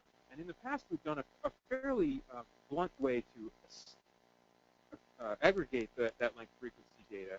And we've done that essentially by gear type and by IPHC regulatory area. For this year, we've actually gone through and stratified those by target fishery to try to account for the different levels of sampling that are occurring in each of the target fisheries, and perhaps a little bit more, even within a gear type, of the different levels of bycatch removals that are coming from each of those different target fisheries. And so what we think we've got is an improved estimate of the length frequency overall of the bycatch. And that's particularly important, as you'll see when I get to the harvest policy calculations, because the delineation between halibut over 26 inches long and halibut under 26 inches long is important in the way that we calculate the harvest policy and the catch tables. So again, we were able to make several, I think, key improvements in our understanding of bycatch this year, which gives us both more confidence in the numbers and more confidence that we're getting those numbers assigned to the right regulatory areas. Now, this is the updated bycatch summary information. That's 7.5 million pounds. How is that distributed around the coast? You can see from this pie chart here that about half of the total coastwide bycatch comes from Area 4C, D, and E. And a good chunk of the rest of that comes from Area 4B and 4A, with Areas 3B moving around this circle up and to the right, Areas 3B and 3A contributing much of the rest, with just a relatively small amount of bycatch relative to the coastwide total coming from Area 2. I want to point out a couple of areas that saw the biggest change between 2014 and 2015. First, the two areas that showed an increase. Area 4B had an increase of about 90,000 pounds, which it's got a relatively small level of bycatch, so that was actually a 70% increase over the estimate from 2014. So pretty big change out there in 4B. But on the greater scale of things, not a very big change relative to the coastwide total. The second largest increase we saw across the coast was in Area 2B as a percentage, and that was a 38% increase, or about 90,000 pounds increase in bycatch in Area 2B. I understand there have been some changes in some of the target fisheries in that area which may be related to that change. Those were the two big increases. Now, the two biggest decreases, or by far the biggest decrease, was in Area 4C, D, and E, where we estimate that over 1.3 million pounds bycatch reduction from 2014 to 2015. It's about 28%. And coming from an area that contributes a large chunk of the coastwide total, this is a very big change. It's probably a good place to point out that this is a voluntary reduction. it's a function of the target fisheries that were prosecuted in the Bering Sea, but it's also a function of the changes that were made for many of these fisheries on a voluntary basis during 2015. The changes that were made by the North Pacific Fishery Management Council are going into effect here for 2016, but in fact, this change precedes those. And so I think that the testimony that we heard here at the annual meeting last year and the discussion about how and whether bycatch would be reduced for 2015, they really did reduce the bycatch in 2015. We saw a very large reduction, particularly in 4C, D, and E. And as you'll see when we get to the harvest policy tables, much of this reduction then becomes available for the direct fishery in that area.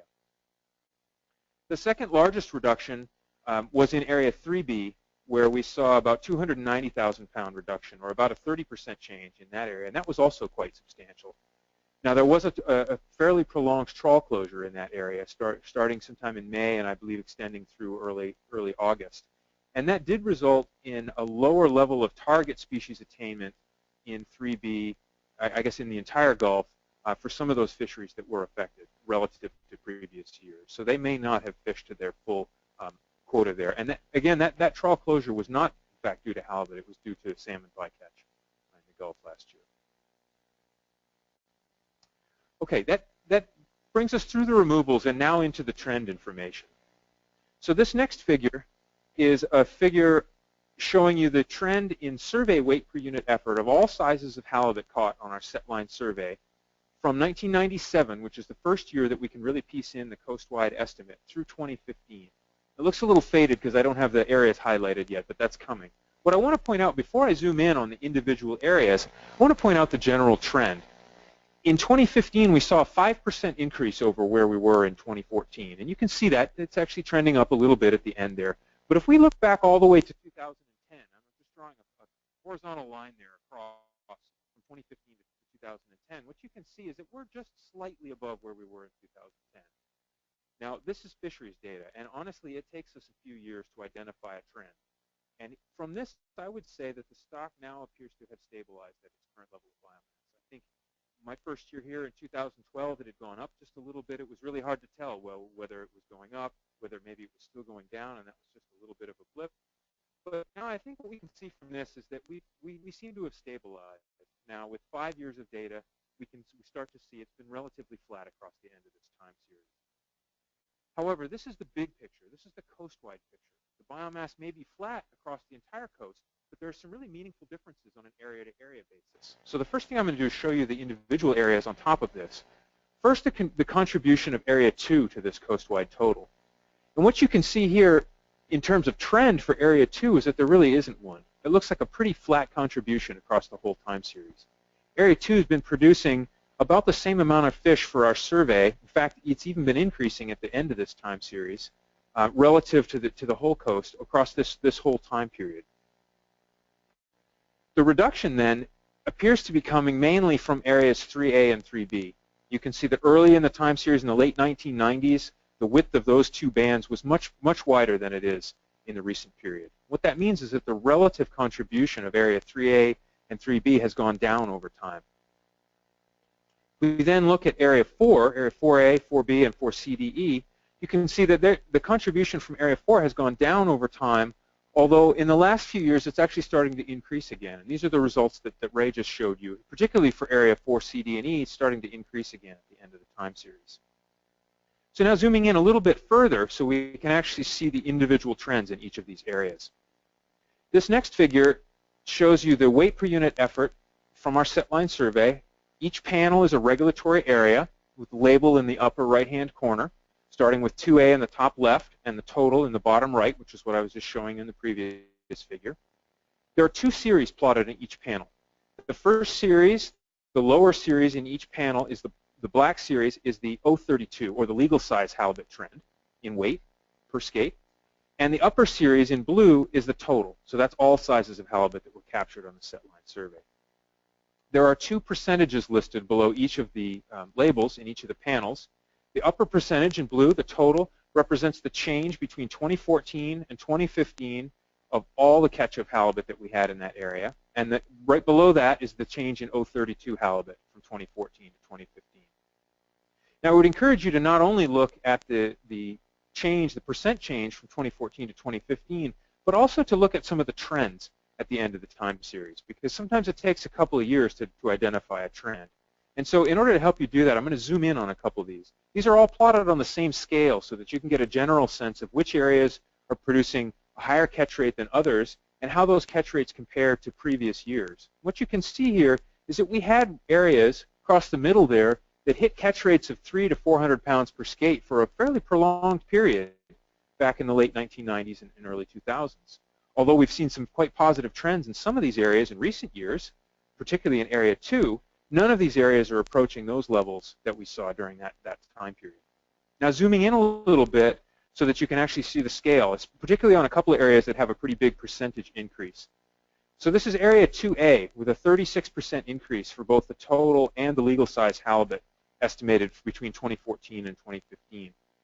What you can see on this figure is that our estimates for 2A are much less precise than they are for other areas.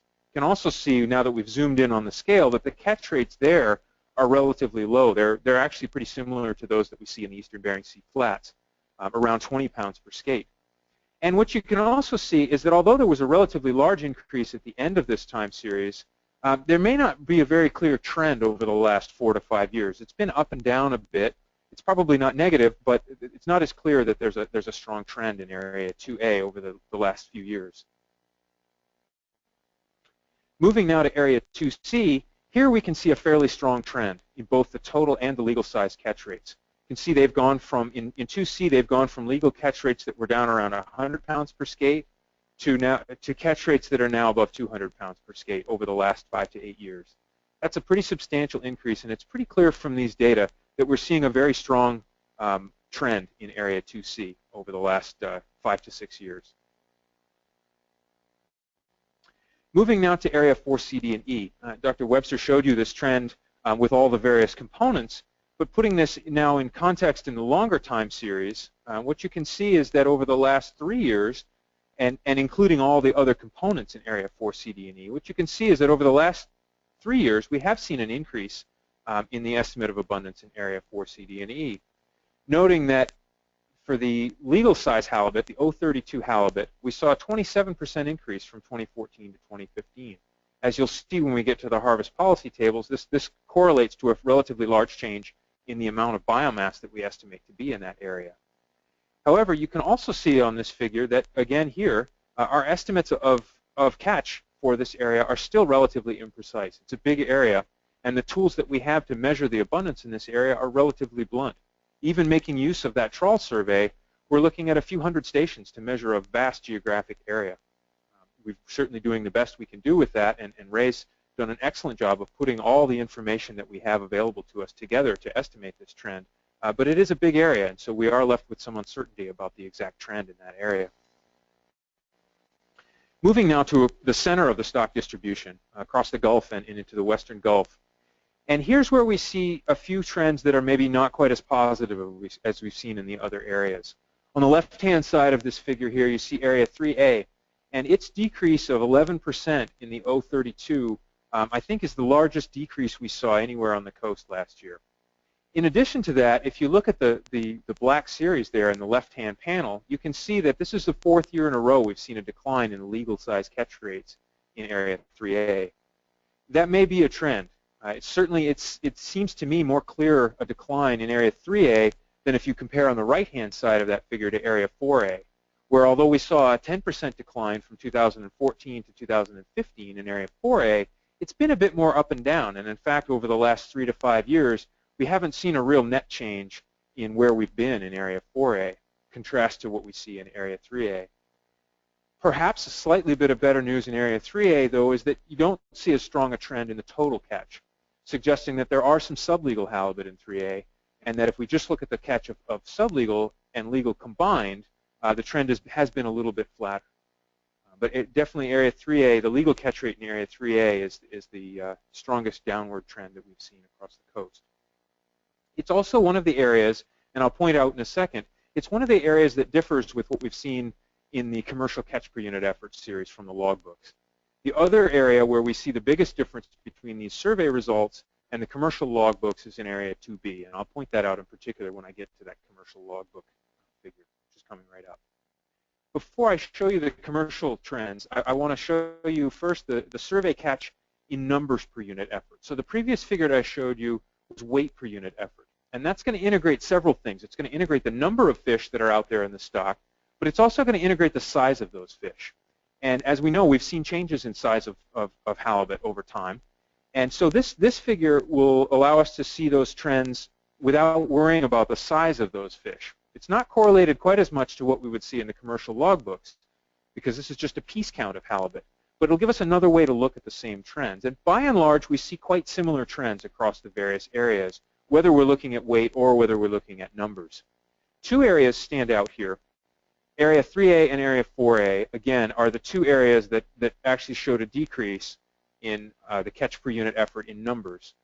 However, stepping back for a second, I've been taking a second here to point out the areas that went down. On the reverse of that, you'll see that all the other areas in the total actually went up this year. And I think that that's good news. As we've looked at these results, as I've seen these results unfold over the last 3 years, we've seen a lot of ups and downs. We've seen years when we had some areas up and some areas down. And I think this may be the first year where we've actually seen the majority of the areas now moving up. Not a great deal, but at least moving in the right direction. The other thing I point out on this figure is that you see there's a bigger difference between the black series and the blue series. And what that represents is it helps you to see the areas where we're encountering the largest number of sublegal halibut. You can see right in the center panel there, right in the center of this figure, area 3B is the biggest gap between the black series and the blue series, suggesting that's the highest percentage of sublegal halibut that we're encountering on the setline survey, and so probably is being encountered in the commercial fishery as well. You also see a pretty big gap in area 3A, where there's a considerable amount of younger halibut that are not at the minimum size limit, younger and also male halibut that are not at the minimum size limit. And then in some other areas, particularly in area 2, you see that there's much less of a difference between the blue and the black series. There just aren't as many sublegal halibut in those areas that are being encountered. I forgot to note early in this talk, on the bottom of each of these slides is a reference to a Blue Book page. This room is pretty flat, so hopefully you can see these figures reasonably well, but if you are trying to follow along in your Blue Book, there is a page number there for you. Also, at the conclusion of this afternoon, I think all of our presentations will be posted on the web page, so if you want an actual copy of this, you can get it. By and large, the information I'm presenting here is very similar to the information that I had available at the interim meeting, and I will make a specific effort to point out the places where it has diverged, such as the total removals and the updated bycatch numbers. I do have a couple of other slides that are new since the interim meeting. Okay, this brings us to the commercial fishery logbook information, and I'm starting here with the total aggregated across the entire coast and weighted by the amount of catch in each area. And what you can see here is a very similar trend to what we've seen in the setline survey, a decline from the late 1990s through somewhere around 2010, 2011, a bit of up and down since then, and a little bit of up at the end of the time series. Again here, this is the first year in the last few where we've actually seen, by and large, an increasing trend at the end of the time series for this. Note that this figure goes back a little bit farther. Where our setline survey started in 1997, we can actually extend this series back into the mid-1980s to get a little bit more perspective on what was going on a little earlier prior to that peak in the late 1990s. Now I'm going to go through area by area and show you how some of these trends differ, because this is the coast-wide trend, but we've got some very, very meaningful differences in what's been going on among each of the regulatory areas. So first, before I go to the regulatory areas, I want to point out that we compiled these logbooks in the fall, and we do this assessment in November, and we don't have all the logbooks in yet. In fact, we won't get all the logbooks until we meet some of you guys at the dock next spring and pick up those last few trips that may not have gotten sampled at the very end of the season. So the final year's data is always incomplete and unverified at the time that we need to use it. However, we do continue to incorporate those logs as the year goes on, and so the results for 2014 and earlier include all the logs that we're going to get from the fishery. It's just that 2015 number that's still incomplete. So first I'm going to add Area 2. And there's 3 series here, Area 2A, 2B, and 2C. And I'll start with the upper series there, the one that's at the top at the right-hand side of the graph with the circles. That's Area 2B. And you can see Area 2B in the last 6 years has been above the coast-wide average catch rate observed in the commercial fishery across the whole coast. and it's been increasing quite strongly. The 2B fishery has increased its catch rates over this time period since all the way back to about 2008.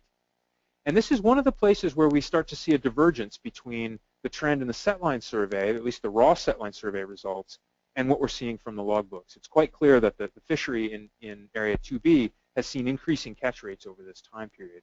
I'll provide a little bit more information on that in a second.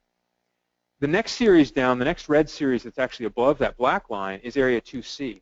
And there, similarly, you can see Area 2C has also been going up over the last 5 years. And that's quite consistent with what we've seen in the setline survey itself. Area 2A is somewhat more of a flat trend. However, it's a very different fishery in 2A. Noting from Heather's talk that 2A is still a derby fishery. The bulk of those removals, the tribal and the non-tribal together, occurred in just a handful of days over this season. Much of the geographic area is closed in 2A due to concerns over yellow eye rockfish. But even in 2A, with those caveats, you do see a mild increase in the trend in the catch rates of the commercial fishery in that area. Now I'm going to move up to Area 3. There are two series plotted here, Area 3A, which is the upper series at the end of the time series, and Area 3B, which is the one that actually dips below that black line. Noting that both of these series increase in 2015. 3A being the other area where we're starting to see a little bit of a difference between the setline survey result, which was actually down in 2015, and the commercial logbook records. However, if we step back a little bit, both of those areas in both the survey and the commercial fishery have shown that prolonged decline from 2000 right through 2014. So these areas, I would say, it's too early to declare a trend here. What we've seen in areas 3A and 3B is a pretty long-term decline, and we're still pretty close to the bottom of these time series. It's certainly good news to see an increase in the catch rates in 2015, but that's just 1 year at the end of a pretty long decline over the last more than a decade in those areas. Moving now up to Area 4, this is the trend from Area 4B, relatively similar to what we've seen in the setline survey, a decrease from that period in the late 1990s, a slight increase at the end of the time series over the last 2 to 3 years. Somewhat more mixed trends in Area 4A, 4C, and 4D. These are some of the components to that entire 4CD and E area. You see all of these areas in recent years are at or near the lowest catch rates that we've seen from those areas in recent years. Particularly the lowest series there, Area 4C, which is the bottom green series at the right-hand side of that panel, see a pretty big increase from 2014 to 2015. So that's good news. However, that value is still really on a pretty similar level to what we've seen over the last, almost 10 years now. And that level is pretty substantially lower than we saw back in the mid to late 1990s of much higher catch rates in that region. Now, to turn that same information into something that looks more like that survey plot that I just showed you so you can more directly compare, this again shows you panel by panel each regulatory area, the commercial fishery catch per unit, weight per unit effort in each of those regions, and the percentage again reflects the percent change from 2014 to 2015. And what I would note here, I've already sort of gone through all the trends, but what I would note here just in aggregate is that this is really the first year that we've seen positive trends in almost all the areas, at least the first year that I've been involved in this stock assessment. It's been a while since we've seen an increase almost across the board. The catch rate in 4D in the bottom center panel there was actually down 20%. However, if you look at that series a little more closely, it was up quite a bit in 2014, and actually the 2015 value is pretty similar to what we saw in 2013 and 2012. Perhaps that's reflecting more of a stable trend than an actual decrease in that area. But in aggregate, what we're seeing is some good news. The 2015 fishery was pretty successful in catching their fish.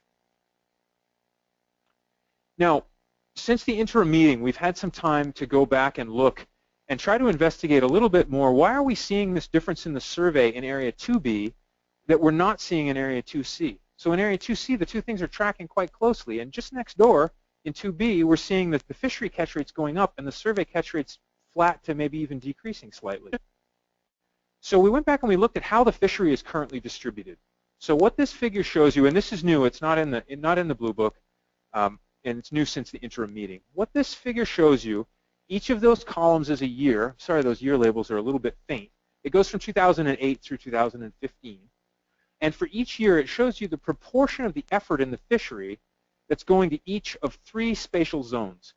The bottom zone in green is the best zone in terms of catch rate. It's the top third of that particular area in terms of catch rates. Across the middle in white is the middle third, and in red across the top is the lowest third. So the way you'd read this, if you're starting on the left-hand side here, you look at 2B, and the way you'd read this is roughly 60% of the 2B fishery occurs in only 1/3 of the geographic area of 2B. So that fishery is homing in on the best catch rate areas, and it's spending about 2/3 of its effort in the best third of those areas. And in fact, if you look at the trend in those green bars, over most of this period, it's actually been increasing that ratio. So what that means is the fishery over time is aggregating toward the highest catch rate areas. For you guys in 2B, it's probably not news. You're getting even better at catching fish. That's a good thing. In Area 2C, we're not seeing that kind of pattern. What we're seeing in Area 2C is that roughly 25% of the effort is going to the highest catch rate areas. And in fact, it's actually been declining. 2015 is back up, but over the recent years, it's actually been declining somewhat. And after talking to a number of people about this, I think the explanation here is that in Area 2C, there's a big difference between the higher and lower catch rate areas. In Area 2C, the higher catch rate areas are generally offshore, on the outside, on the shelf. And in fact, the fishing is considerably easier on the inside, in the inside waters. And so there may not be the same incentive to maximize those highest catch rates in Area 2C. They're clearly getting the fish in Area 2C, and they're able to do it staying much more frequently in the inside waters, which have a slightly lower catch rate, but may be much more cost-effective to fish, and certainly much easier trip. So what this means is that we've got some real differences going on in these various areas. And although this doesn't completely explain the difference in trend between the commercial fishery and the setline survey, I think this information indicates there are some reasons why we might expect to see some differences between the survey and the fishery series, noting that the survey series itself is uniformly distributed across that grid of stations. So it's not changing over time to target on those areas of higher fish abundance, as the fishery seems to be in Area 2B. Okay, that brings us to the biology now. And this next bit is going to be about the fish themselves. So this figure shows you the average weight of fish that have crossed the dock. And there are a lot of factors that contribute here. It's not just the weight of fish at age, it's also the age structure in the population. But in some regards, this is the bottom line, because this is the average size fish that's actually being brought into port. And what you can see, this series goes back to 1935, because that's about as far back as we can get with good records. What you see here, the black line down the middle represents the average size fish across the entire coastwide fishery. And you see that started out fairly low. Back in the 40s and 50s, we were looking at fish that were less than 20 pounds on average. It increased through the 1970s. That dog leg in the middle of the series reflects where the minimum size limit was imposed. And so the fish didn't just automatically get bigger in 1974. In fact, the little fish weren't being landed anymore. And the fish peaked in size at almost 40 pounds average coastwide in the late 1970s. As you know, since then they've declined substantially, and we're now back to roughly the same size fish we were seeing coming out of this stock in the 1950s. But you can see, not necessarily tracking the individual regulatory areas, but just looking at the colors, you can see there's been some redistribution or some change in where the biggest fish are coming from. Noting in the early part of the time series, the blue lines were above the black lines, meaning the biggest fish in the coast were in Area 3. Well, now the biggest fish in the coast aren't in Area 3. Area 3's actually now got some of the smaller fish on the coast. And certain areas, if I zoom in on the end of the time series, now this is just the last 25 years of that time series, you can see that the series in red, particularly Area 2C, has consistently over the last decade produced the largest fish coming to the dock across the coast. And in fact, in the last 3 years, the second largest fish have been coming from Area 2B. So Area 2, not only have we seen some positive trends in abundance, but we're also seeing some trends in the average size of fish that are coming in those areas. Where in Area 3, we're definitely seeing some of the smallest fish on the coast now. However, it's not all bad news here. We looked at that long time series, and we could see that the size of fish in Area 3 had been declining for a long time. Well, you can start to see at the end of this period, much like the coastwide index, from sometime around 2010 or 2011, we've actually seen the size of fish bottom out a bit. And actually, the size fish that are coming in now in 2015 are pretty comparable to what we've seen in 2014, 13, all the way back to roughly about 2010. So they may not be as big as we want them to be, but at least they're not getting any smaller in the last few years.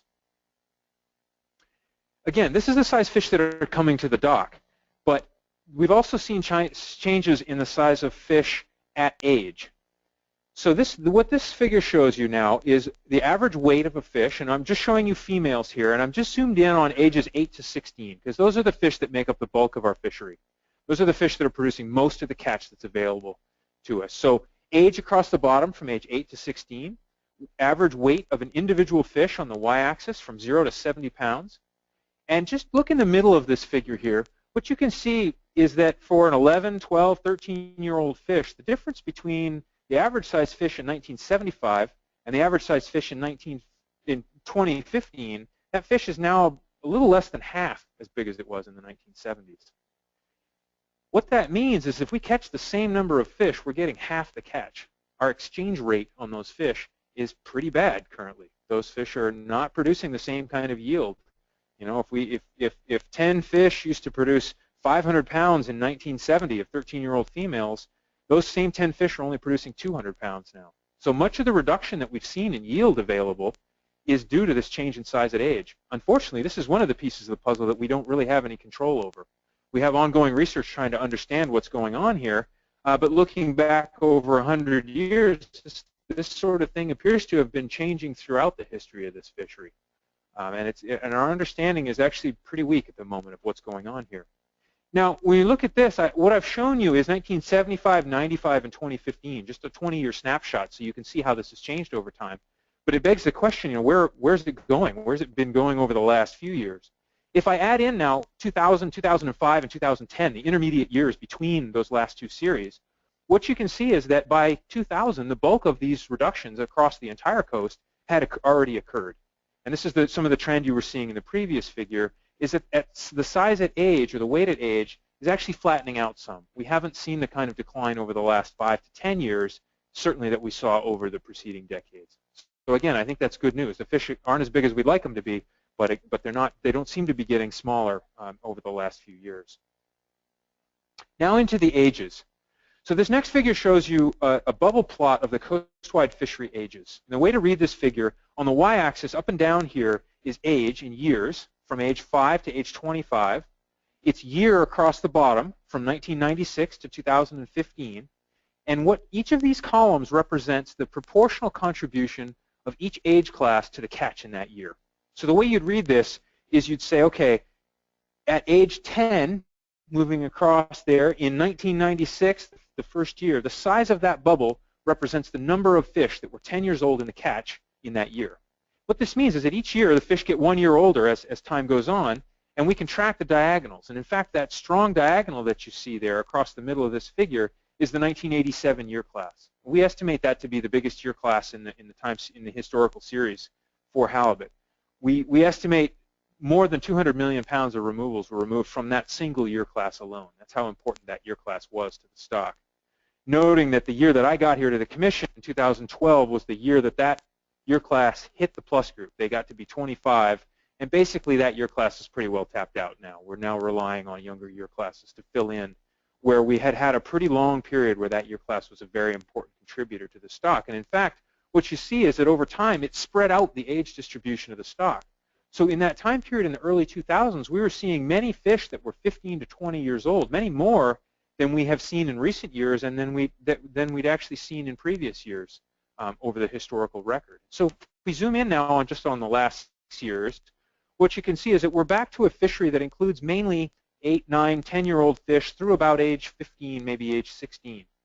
And this is actually quite typical of the halibut stock. In your blue book and in the RARA, you can see figures that go all the way back to the 1930s. What we see is that over the history of this fishery, the age composition has actually been very stable. It's these fish in the 8 to 15-year-old range that have produced the bulk of the catch over the last 100 years. It's not those fish in the 20-year-old range that we saw only briefly in the late 2000s. They were certainly great, and they were big, and they produced a lot of catch, but they're not typical of the historical time period, or the historical series for Pacific halibut. Okay, last piece of biology, and this is an indirect piece of biology, which is the Pacific decadal oscillation. I introduced this a couple of years ago, and in fact it was based on work by Bill Clark and Stephen Hare from years ago. What we've seen over time is that the Pacific decadal oscillation, which is just a metric of overall productivity in the North Pacific, primarily focused in the Gulf of Alaska. What we've tended to see is that good periods or positive periods for the Pacific Decadal Oscillation tend to correlate to good periods for halibut recruitment, or the number of juvenile halibut coming into the stock.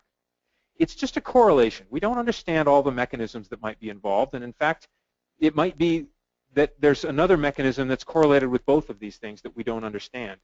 However, if we look back over the historical time series, what we see is that when the Pacific Decadal Oscillation is in a positive phase, when we're above that line down the center, on average, we see about a third better recruitment coming into the halibut stock than when it's in a negative phase or below that line down the middle.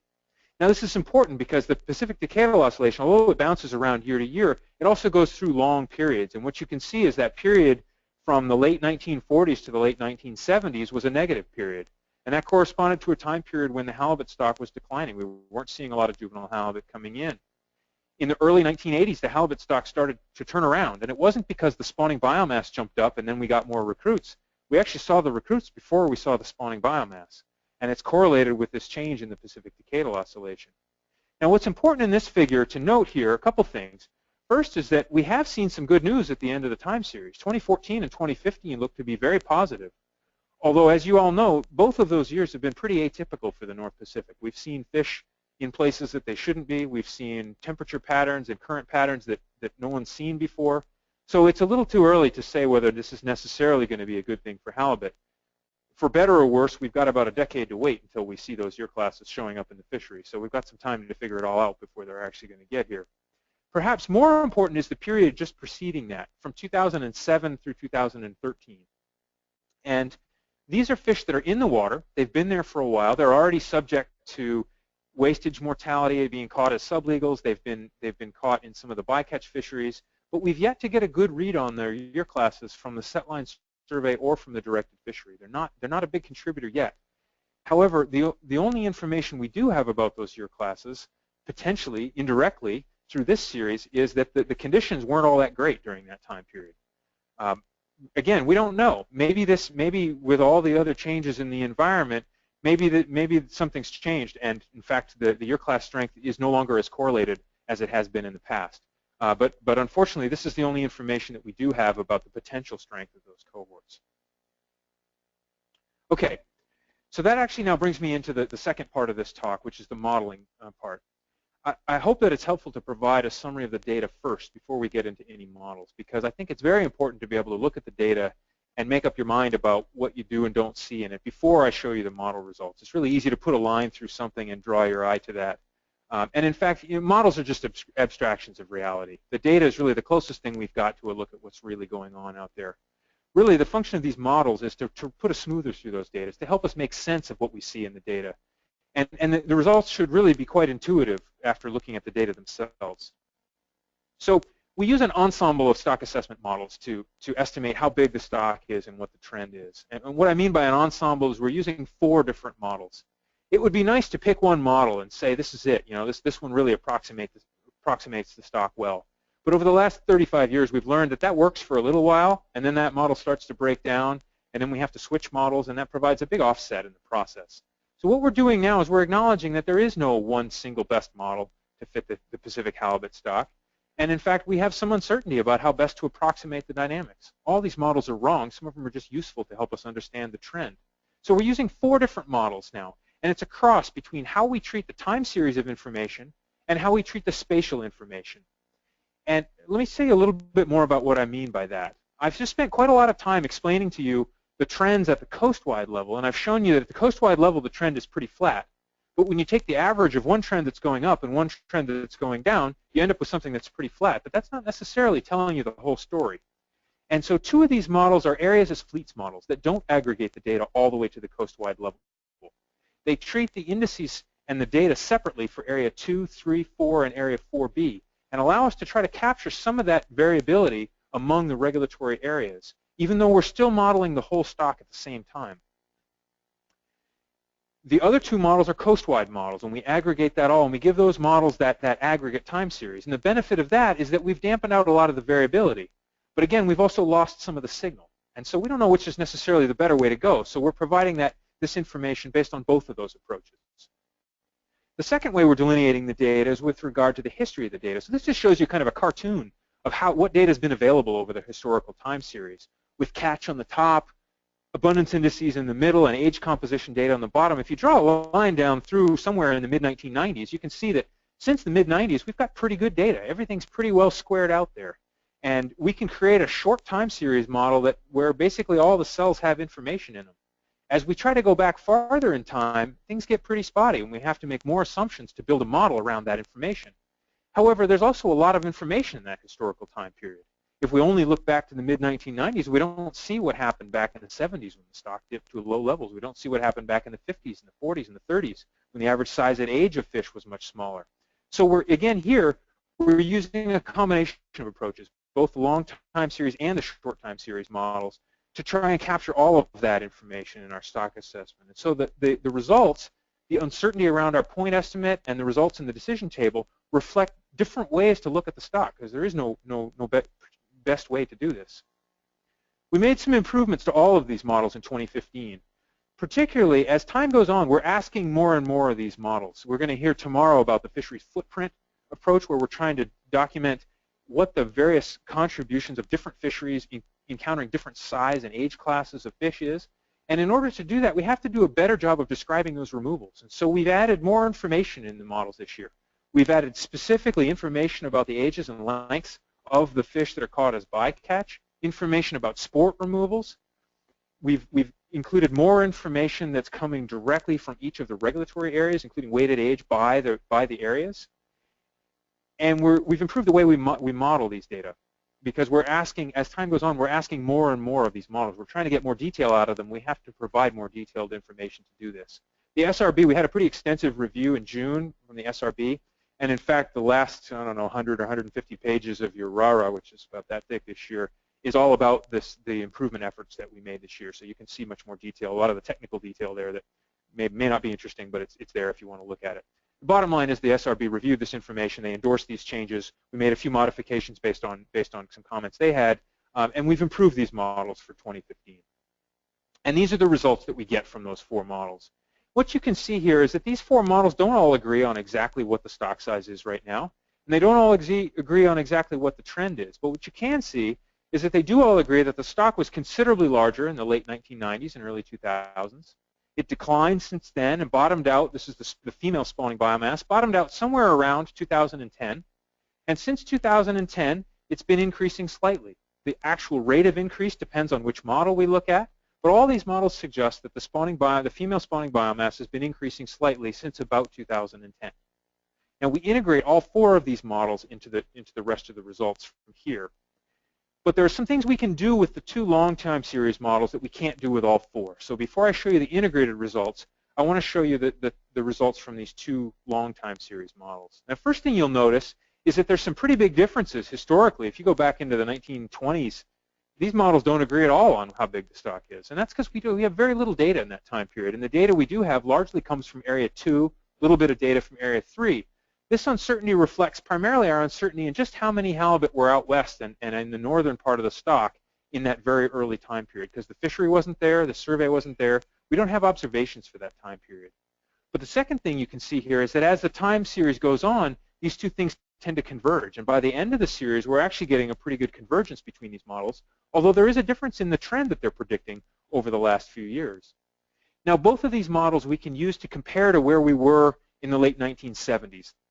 And that's a time period, I think, when we can all agree the stock was at a pretty low level. Whether you use models or whether you use data, it was pretty clear that the stock got to a pretty low level in the 1970s. And so it's relevant to look back and say, well, where's the spawning biomass now compared to there? The other reason it's important is because that period in the 1970s produced some of those big year classes that came through the 1980s. So we know if we don't go below that level, well, at least in the past, that level of spawning biomass has been able to produce some big year classes. We know we still have the potential to produce big year classes. So if we make that comparison to where we are now to where we are in the late 1970s, both of these models suggest we're substantially above that level. They don't agree on just how far above. One of them says we're at about 140% above that level, the Areas as Fleets model, the other one at more than 200% of that level. But in both cases, we do estimate that we're above the level of spawning biomass that we believe occurred in the late 1970s. Now, this next figure shows you our uncertainty in the current or beginning of the year 2016 spawning biomass. And I'm going to take a second to walk through this plot because it's a little bit complicated. But what this shows you across the x-axis is the level of spawning biomass. And the y-axis up and down here shows you the chance out of 100 that the stock is less than that level of spawning biomass. And so you might want to say, well, where's the break-even point? Where have I got a 50-50 chance that the stock is at least that big, if not bigger? And so we can draw the 50-50 line across the middle here and trace that down. And what you see is that's 219 million pounds. And what that means is there's an equal chance that the stock is above or below that 219 million pound mark. But we also might be curious, well, how uncertain are we in that level? What's a plausible range around that 219 million pounds? Well, if we come across from, say, 3%, and we look at the value there, there's only a 3 out of 100 chance that the stock is less than about 150 million pounds of biomass. We then come across the top. There's about a 97% chance that the stock is as big or is less than 290 million pounds of biomass. That means we're pretty certain that it's somewhere between 150 and 300 million pounds of biomass. Now, I'd love to tell you it's exactly 219 million pounds of biomass. It might make all the decision-making a little easier. But in fact, it's not true. We don't know exactly how many halibut are out there. There's uncertainty within each of these models, and there's uncertainty among the models. But what we can do is we can take this information, this uncertainty, and that goes right into the decision table. So when you see there's a certain level of probability associated with a stock decline, that's integrating across this whole range. It's reflecting our uncertainty in the current stock size. So this is just the result for 2016. I present that same result, basically a slice across the end of this figure. Present that same result for the spawning biomass time series since the late 1990s. And I'm starting there because two of these models are short time series models. I can't run them all the way back. Again, what you can see here, and the color of blue represents how much probability, or what are the odds that the stock is actually close to that estimate. So the dark blue down the middle is the 50-50 line, and the lighter blue as you go out is lower probability. Again here, what you can see is that we estimate the stock has declined through about 2010, and then it's increased since then, gradually. Now, let's put this in context of where we've been from previous stock assessments. So now what I've added to that plot that I just showed you is the results from each of the stock assessments in previous years all the way back to 2006. And what you can see in this figure, the red dot at the end shows the estimate at the time that the management decisions were made each year. So on the far left-hand side, the first red dot you see there is the result of the stock assessment that was conducted in 2006. And what you can see is that those results from 2006 through 2011 were estimating a pretty optimistic trend that didn't come to pass. And in fact, now in retrospect, we can go back and see that there was a technical problem in the assessment during that time period. And in fact, the stock was declining during that time period, despite the fact that the estimates were going up. What you can also see is that since that time period, over the last 3 stock assessments, we've been pretty close to similar estimates, that although things have gone up and down a little bit, we're estimating a relatively flat to increasing trend over that time period. And it's been pretty consistent over the last now 4 stock assessments. Okay, summarizing the salient results. There's a very low chance that the current stock estimate is below the harvest policy threshold of 30% of our spawning biomass estimate. And that's good news. We're not down near that lower threshold level. We estimate that the stock is at roughly 43% of the spawning biomass that we would get in the absence of fishing. And that's actually pretty consistent with target levels for groundfish species in the North Pacific or in Canada or in the lower 48. A 40% biomass level is not a bad target level. We don't have an explicit target for halibut, but if we did, it'd probably be somewhere in this range. And as I pointed out in a couple slides ago, the current biomass is a little over 200 million pounds, and it does appear to be increasing gradually. Okay, this leads now to the projection. So that was the 2016 result. Now let's project forward and see where we're headed. In order to make the decision table and to make some projections, I do 3-year projections. I know we're going to be back here again next year making decisions again. We'll have new information. We'll update all this analysis, but it's important to see where we're headed. And I don't go beyond 3 years because if we go beyond 3 years, the projections start to be contaminated by electronic fish that we haven't seen yet, that are created by the models based on model assumptions, not based on data that we've already seen. So that's why I only go 3 years in the future. This is intended to provide a yardstick, so you can see, okay, this is where we're headed 3 years in the future, knowing that we're going to have another couple of chances to readjust the trajectory between now and then. So as I've done for the last several years, I present a range of different alternative removal levels, ranging from no removals, just so that we can see what the dynamics of the stock are doing, even if we didn't catch any halibut, to a fishery CEY equals 0 level, which gives us a chance to see how much removals there are, even if the IPHC set all the fishery catch levels to 0, how much removals would there be, and how much would the trend differ there from what you see from no removals at all.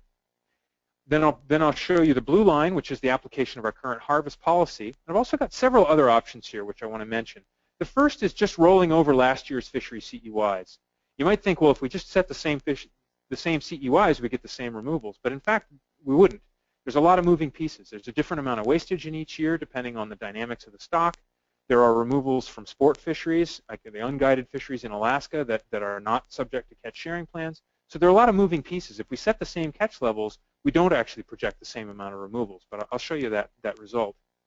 The next one down, I've actually been presenting for a couple of years, but I haven't spent a lot of time talking about, and that's maintaining the same level of fishing intensity, or SPR level.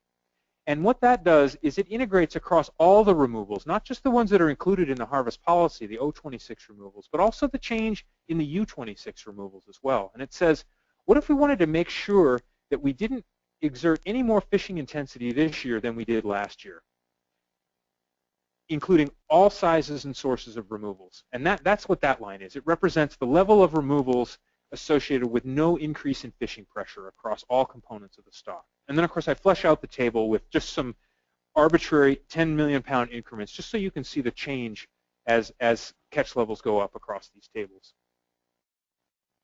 Next. So here's the projections. Now, it's the same figure I showed you just a minute ago. Now, this is the blue line projected 3 years forward. And the blue line for 2016 is 39 million pounds. I'll talk a little bit more about how we got to that level. But what you can see in purple now is the 3-year projection. And what you can see is at the blue line removals, we project the stock to continue to increase slightly, maybe top out a little bit, but it actually ends pretty near or slightly above where we are right now at the beginning of 2016. You'll note if you remember back to last year and the year before and the year before that, this is a little more optimistic than we've seen in the past. The blue line was actually projecting a pretty flat to even slightly decreasing trajectory in some previous year's assessment results. So the New Year's data has actually updated our understanding of the direction that the stock is going. Now, if we look at the projection when we're taking no removals out of the stock, we can see that the stock would be projected to increase. The uncertainty gets more broad as we move into the future. But you look at that and you see, yeah, it's going up, but it's not going up that rapidly. Halibut live a pretty long time, and things like size doesn't change all that fast. We let them grow, but over 3 years, they're not going to grow that much. And I think it's important to remember that this stock is not nearly as dynamic. If we were working on herring or hake or pollock or something, we could expect to see very large changes year to year. But this is not that fish. Halibut change much more slowly. And so the rate of increase that we might expect, even without any removals at all, is not that steep. On the flip side, at the bottom of the table, 60 million pounds of removals are projected to produce a decrease in the spawning biomass. But again, it's not a huge decrease. And the uncertainty as we move forward gets more and more broad into a 3-year projection. Okay, that brings us now to the decision table. And the decision table is just those results. Those 3 figures were just 3 rows out of the decision table. The way just to refresh you on the decision table, the way the decision table works is that the rows here are management alternatives. They're different levels of catch, or benefits, if you like. The columns now are various risk metrics. And this first part of the decision table that I'm presenting here are risks associated with stock trend. There's no harvest policy built into this. This is just about, is the stock likely to go up in the next 1 to 3 years? And if so, or is it going to go down the next 1 to 3 years? And if so, if it's going to go down, is it going to go down very much? Is it going to go down by at least 5%? The first thing I want to point out on this figure is the FCEY equals 0 row, noting that we've still got more than 11 million pounds of removals, even if the Commission opted to set fishery catch levels at 0. These are the removals that are outside of catch sharing plans. They're outside the fishery CEYs and not under the direct jurisdiction of the IPHC. I think it's important to note here that even at that level for this year, that the probabilities are actually very low of any stock decline at that level, suggesting that the increase that's projected for the stock is pretty robust even to that level of removals. Now, you note as you go down this table, the chance out of 100 that the stock's going to decline goes up. The bigger the catch, the higher the chance. If I color code this for you, and this is new since the interim meeting, color code this just to make those probabilities stand out a little bit more. Now you can see where there's more color, there's a greater chance of stock decline. And what you can see is that it's not until you get down to 50 or 60 million pounds where you start to see much larger chances out of 100 of stock decline. And in fact, if what you're interested in is that break point, where's my break-even point? Where do I have even odds of a stock decline?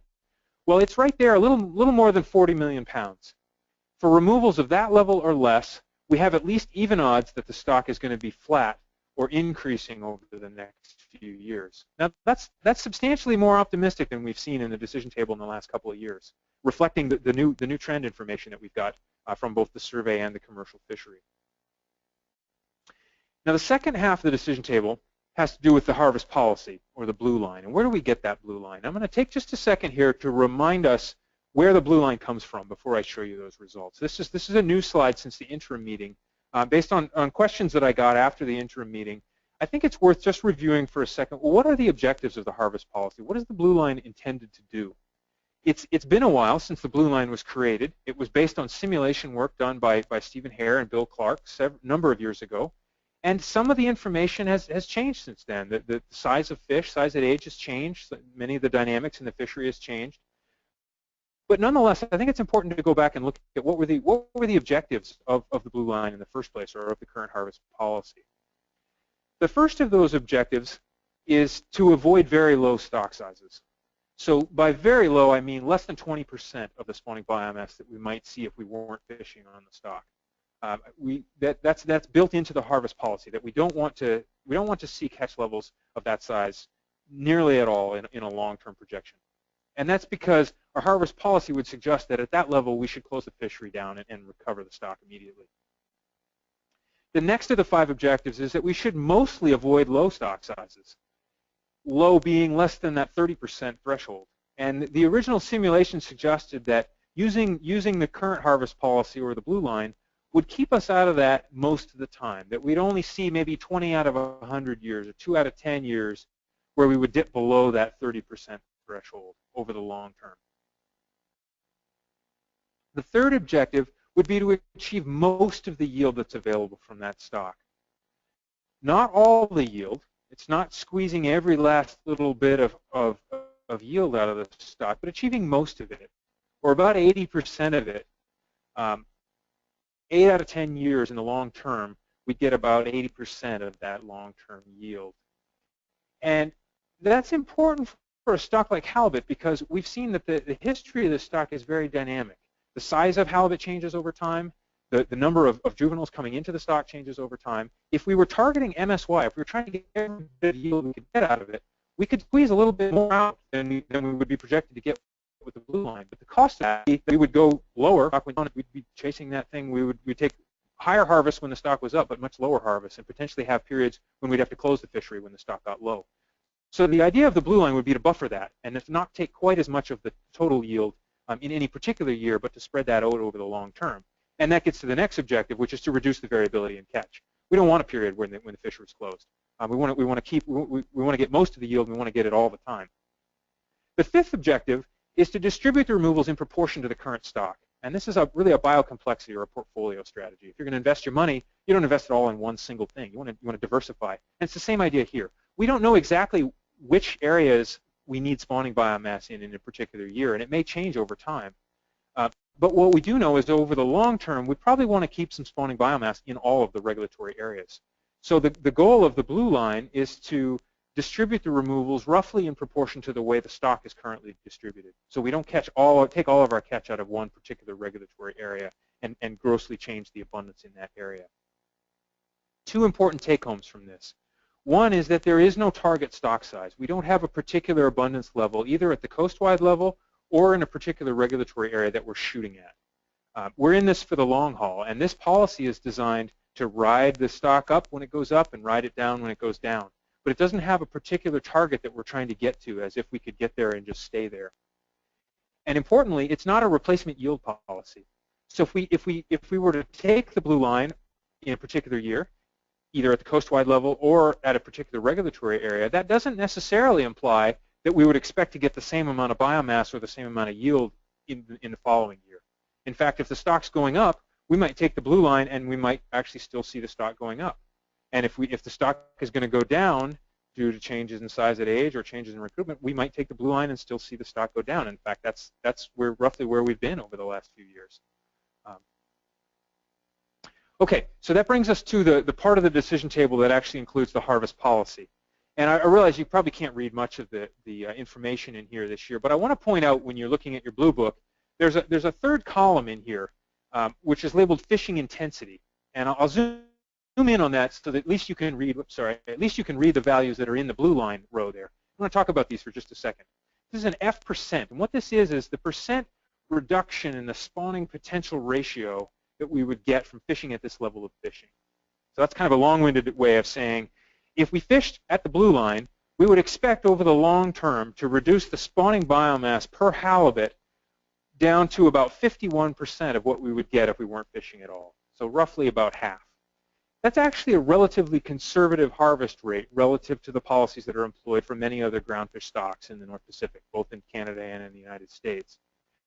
The range below that illustrates the range of uncertainty associated with that range of stock sizes that I showed you, and it's pretty considerable.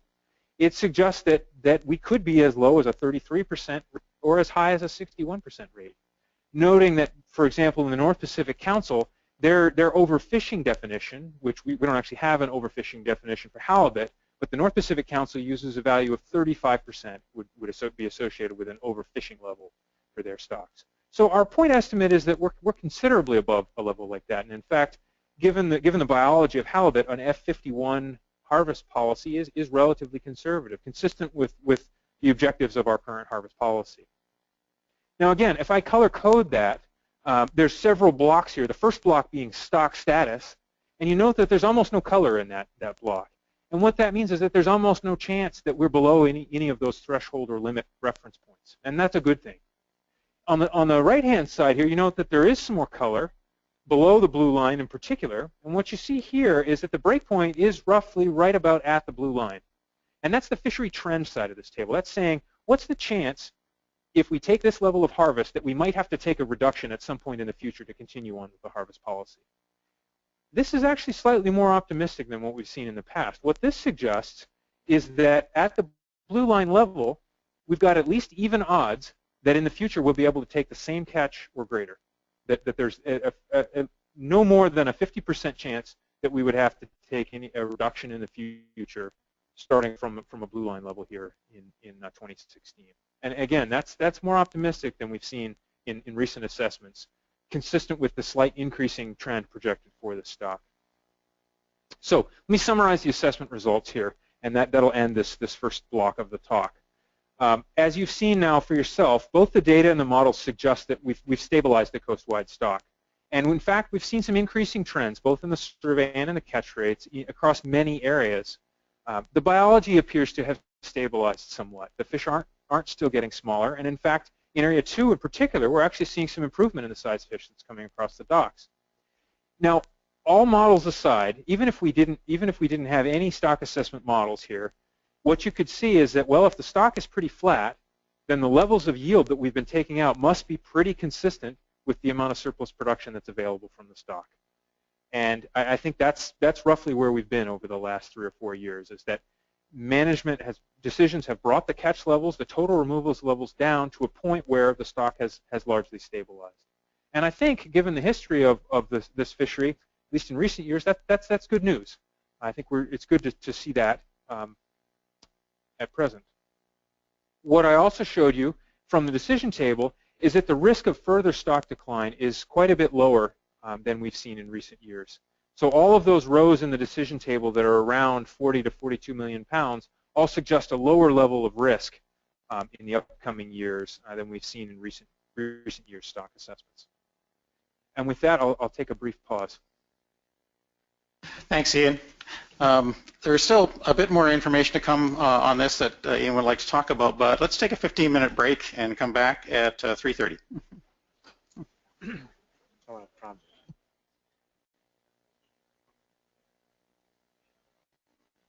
Well, thanks for coming back from the break. I know there's quite a lot of information in this presentation.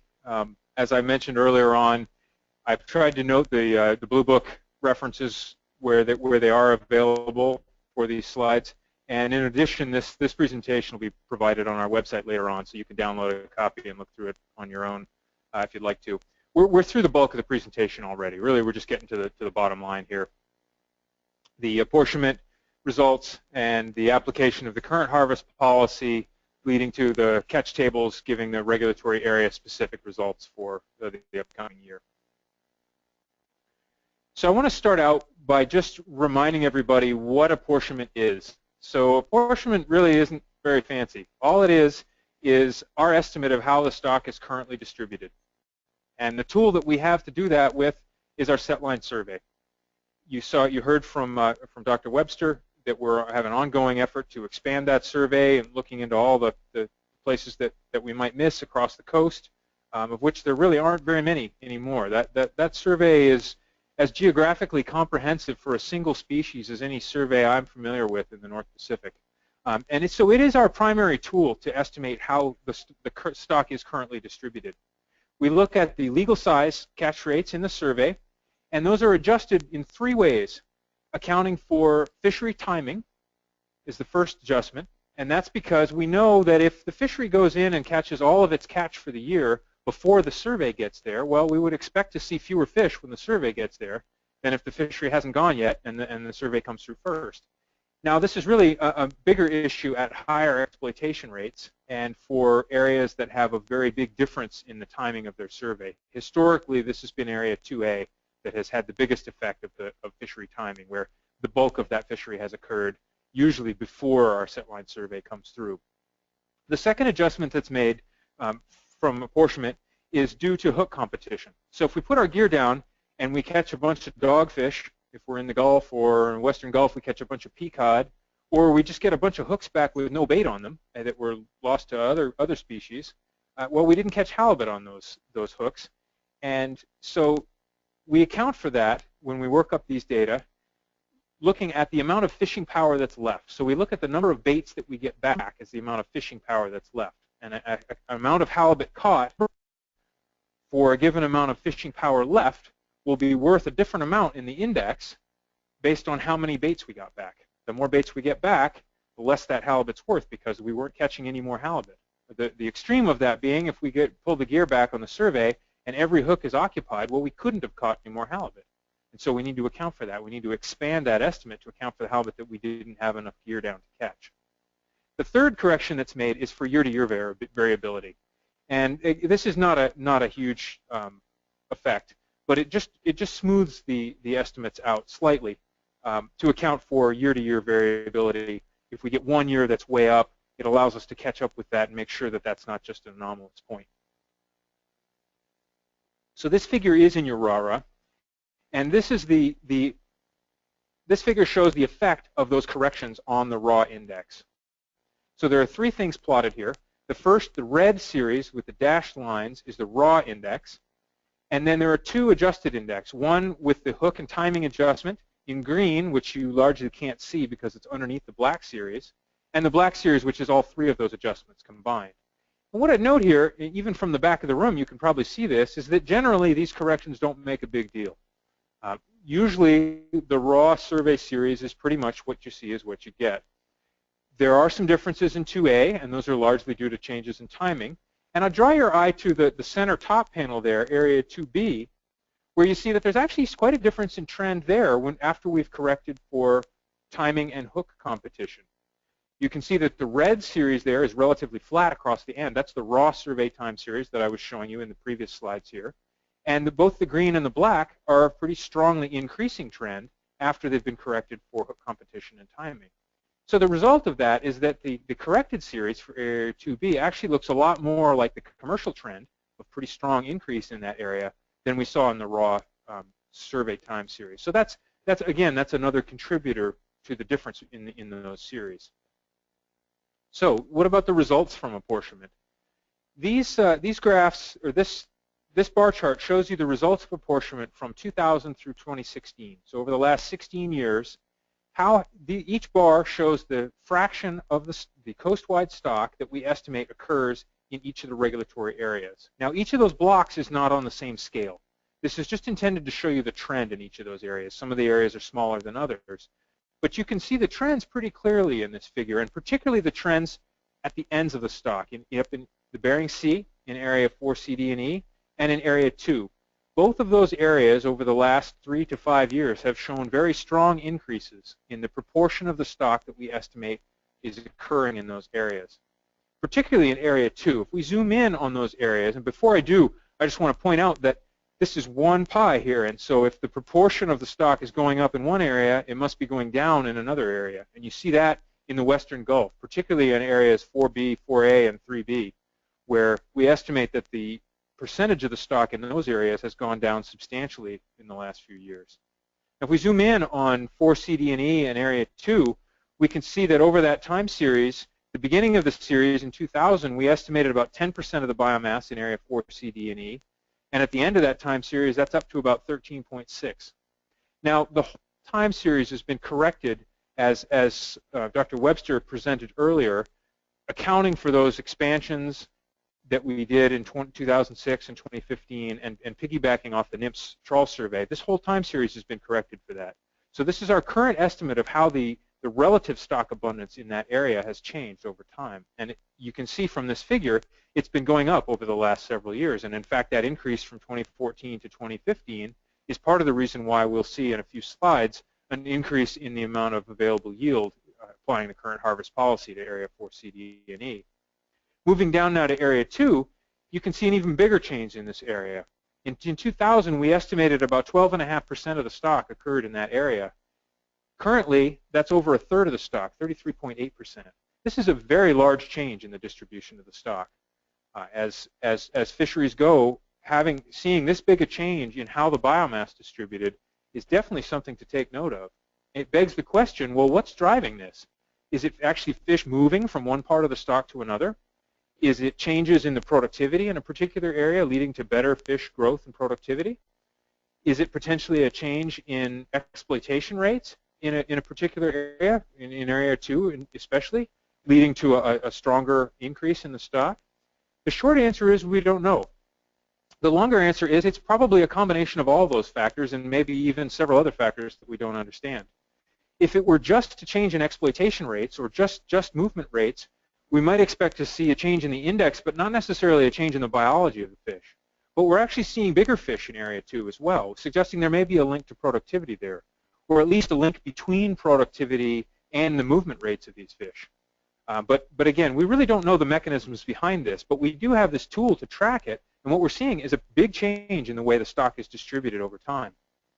Now, unfortunately, we don't have a long time series to go back to. I would love to be able to go back and see how the stock has changed over the last 30 and 50 and 80 years of time series, because we don't know which of these is closer maybe to what the average has been over the last 100 years. We only have the survey starting in the late 1990s. But as time goes on, at least we'll be able to see this playing out in the future.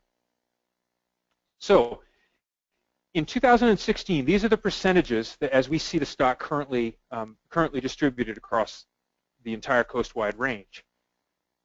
If we compare those, or we add then the target harvest rates, I'll remind you here that on the eastern side of the stock, in Area 2 and Area 3A, the target harvest rate is 21.5%. And on the western side of the stock, from 3B out through 4A, 4B, and 4C, D, and E, the target harvest rate is 16.125%. Now, those rates originally were adopted for two reasons. The 21.5% was based on historical harvest policy analyses and yield per recruit analyses, looking at basically the entire stock, but mainly focused on the central Gulf of Alaska.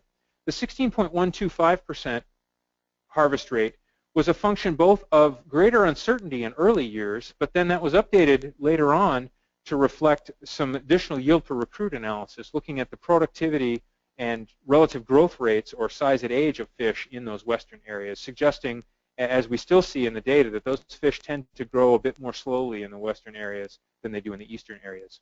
Or the faster growing fish tend to leave the western areas and end up on the eastern areas. We really can't tell the difference between those two hypotheses. So with the apportionment results and the target harvest rates, we can then calculate the distribution of catch. And so the distribution of catch is not exactly in proportion to the distribution of the stock. Because we're applying a higher harvest rate on the eastern side of the stock, we'll actually get a slightly higher percentage of the catch. So for example, if you look in area 3A that has 31.2% of the biomass, when we go to the distribution of the catch, or the TCEY, it now jumps up to 34%. So the eastern side of the stock gets a slightly larger amount of the catch because of that increase in harvest rate on that side of the stock. If we compare then the values from 2016 to those that we estimated last year in 2015, you can see that the same areas that we saw an increase in apportionment are increasing in their share of the catch as well. So even though we're applying different harvest rates, we're seeing the same trend. The areas that are going up in their share of the catch are the same areas that are going up in their share of the biomass, apparently. And those areas are Area 4, C, D, and E, and largely Area 2. Okay, this now gets us to calculating the blue line catch tables. And I've already described the objectives of the harvest policy, and I've shown you the results at the coast-wide level. In order to get the actual individual catch, the individual catch tables, we first apply the harvest policy targets, the scale coming from the overall assessment biomass estimates, and then the distribution of that coming from apportionment. To get to the fishery CEYs, we first have to subtract the removals that are not under IPHC control, or the things that are not inside the fishery CEYs, from the available yield. Now, what is the blue line catch table? And I know this has changed some over the last few years, or particularly 3 years ago. The blue line catch table provides a reference level of removals. In the past, historically, this was the staff catch advice.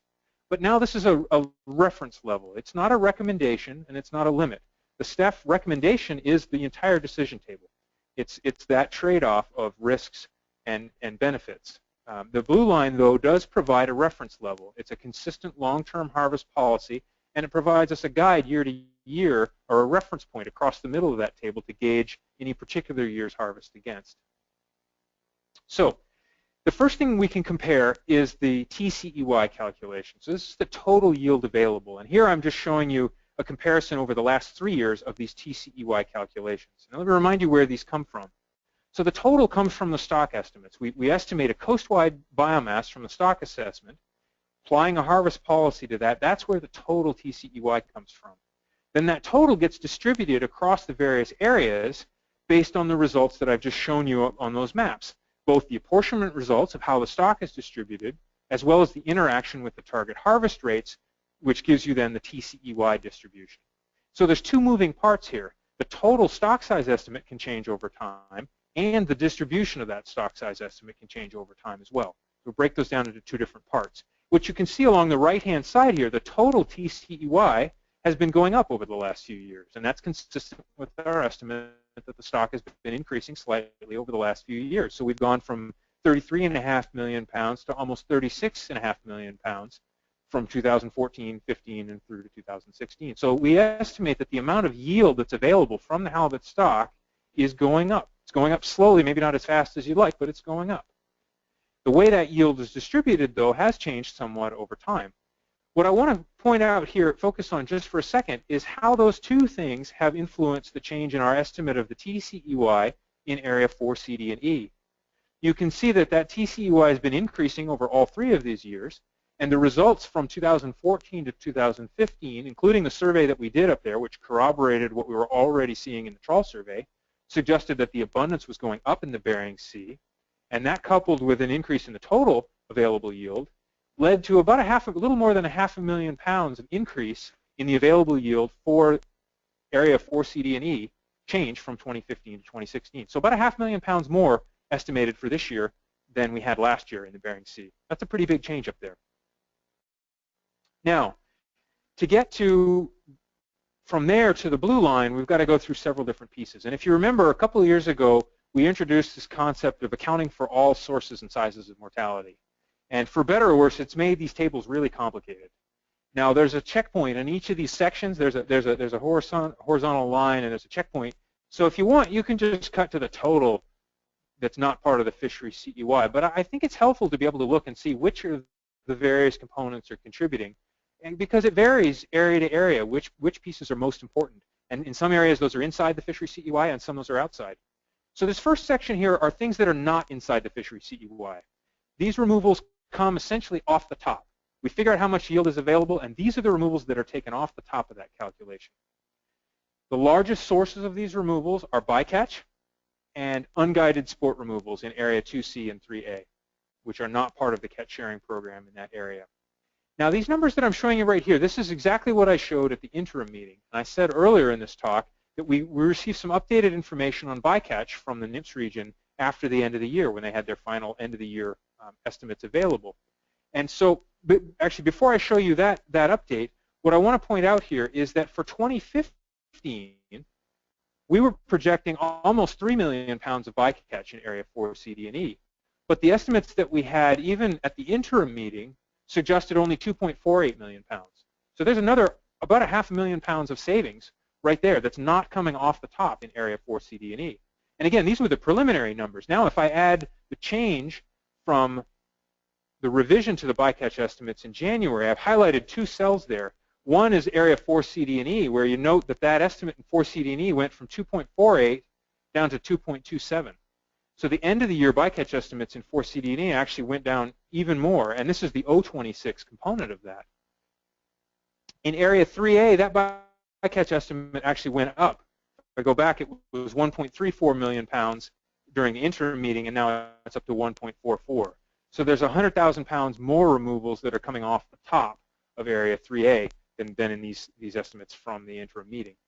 So now, just a reminder again, if we now compare back to where we were last year, instead of projecting 2.91 million pounds and taking that off the top, as we did for this year, now we're projecting 2.27 million pounds.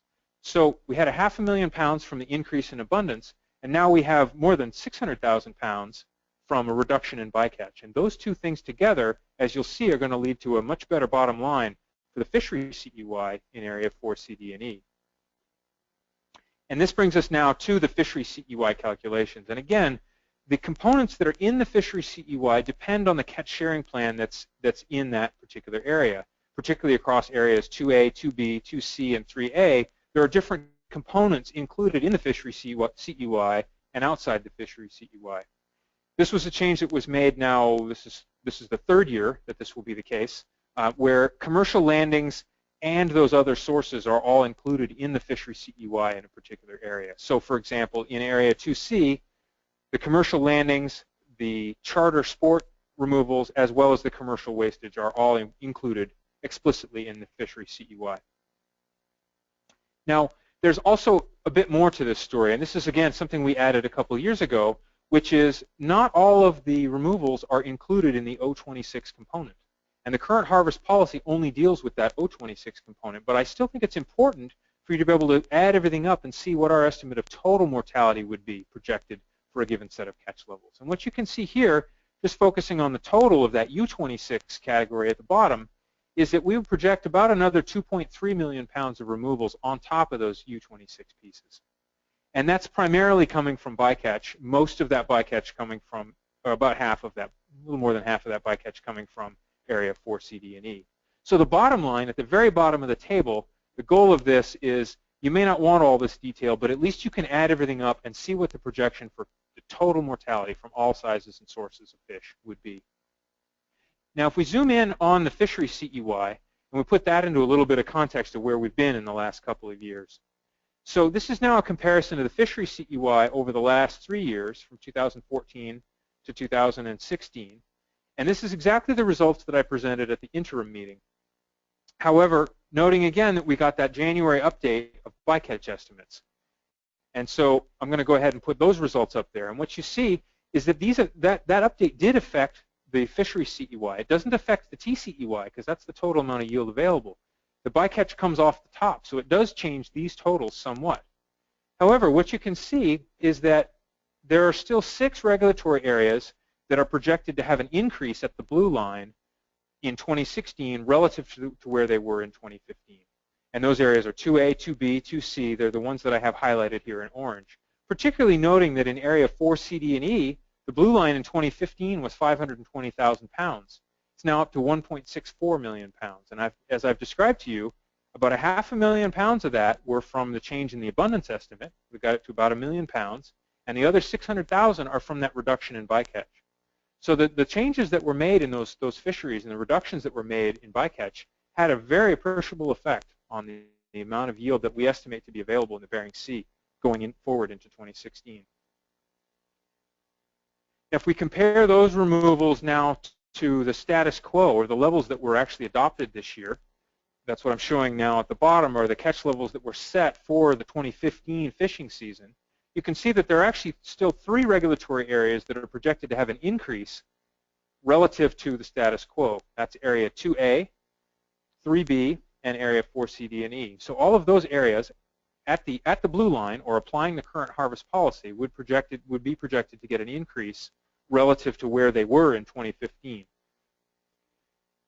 And I think that concludes my presentation. Thank you. Great. Thank you, Ed. So, Mr. Chairman, how would you like to handle this? Should we finish off with the regulatory proposal, or do you want to entertain questions at this point? Did we make an announcement or an advertisement relative to that? We did not. Let's do questions on this while it's fresh in mind, right. please, if you'll manage those for us. Okay. Thank you very much. So, we have a question list. Is there a list available for us there? Right.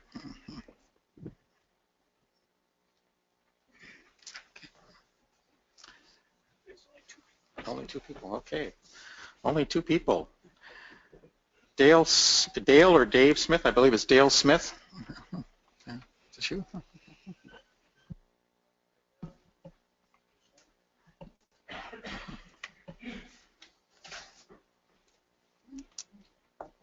I have a request, if I could give you some copies here. Sure.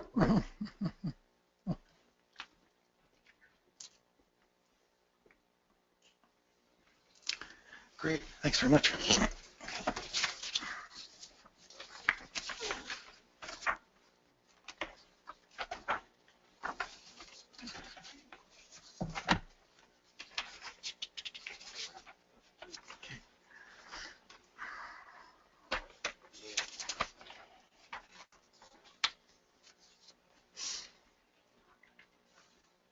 Okay, please go ahead, Dale. Sure. My name is Dale Smith. I'm with Native Village of Macoriac, and I also represent the newly formed Renewable Fishing Group, which was just formed a couple of months ago. Going back to Mr. Ray Webster's presentation about the surveys, the fishing group was discussing the lack of halibut fishing for the past 2 years on Nunivak Island, and the group was requesting to see if IPHC can expand their survey stations around Nunivak Island, particularly with the historic fishing grounds.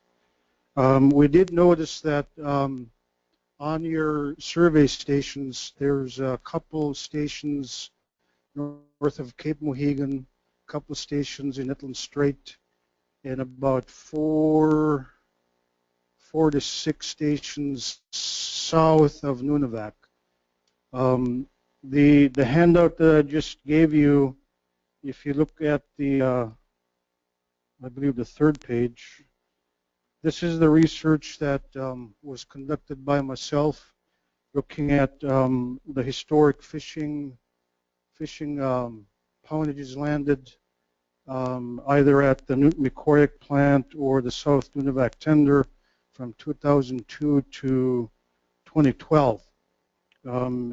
In column 4, you could see that the total harvested from Nunivak fishermen was about 1,308,000 pounds, and compared to the 4E quota for those years respectively 2.6 million, and the last column shows the percentage that was harvested by our Nunivak fishermen or the Nunivak waters alone. That was 49.53%.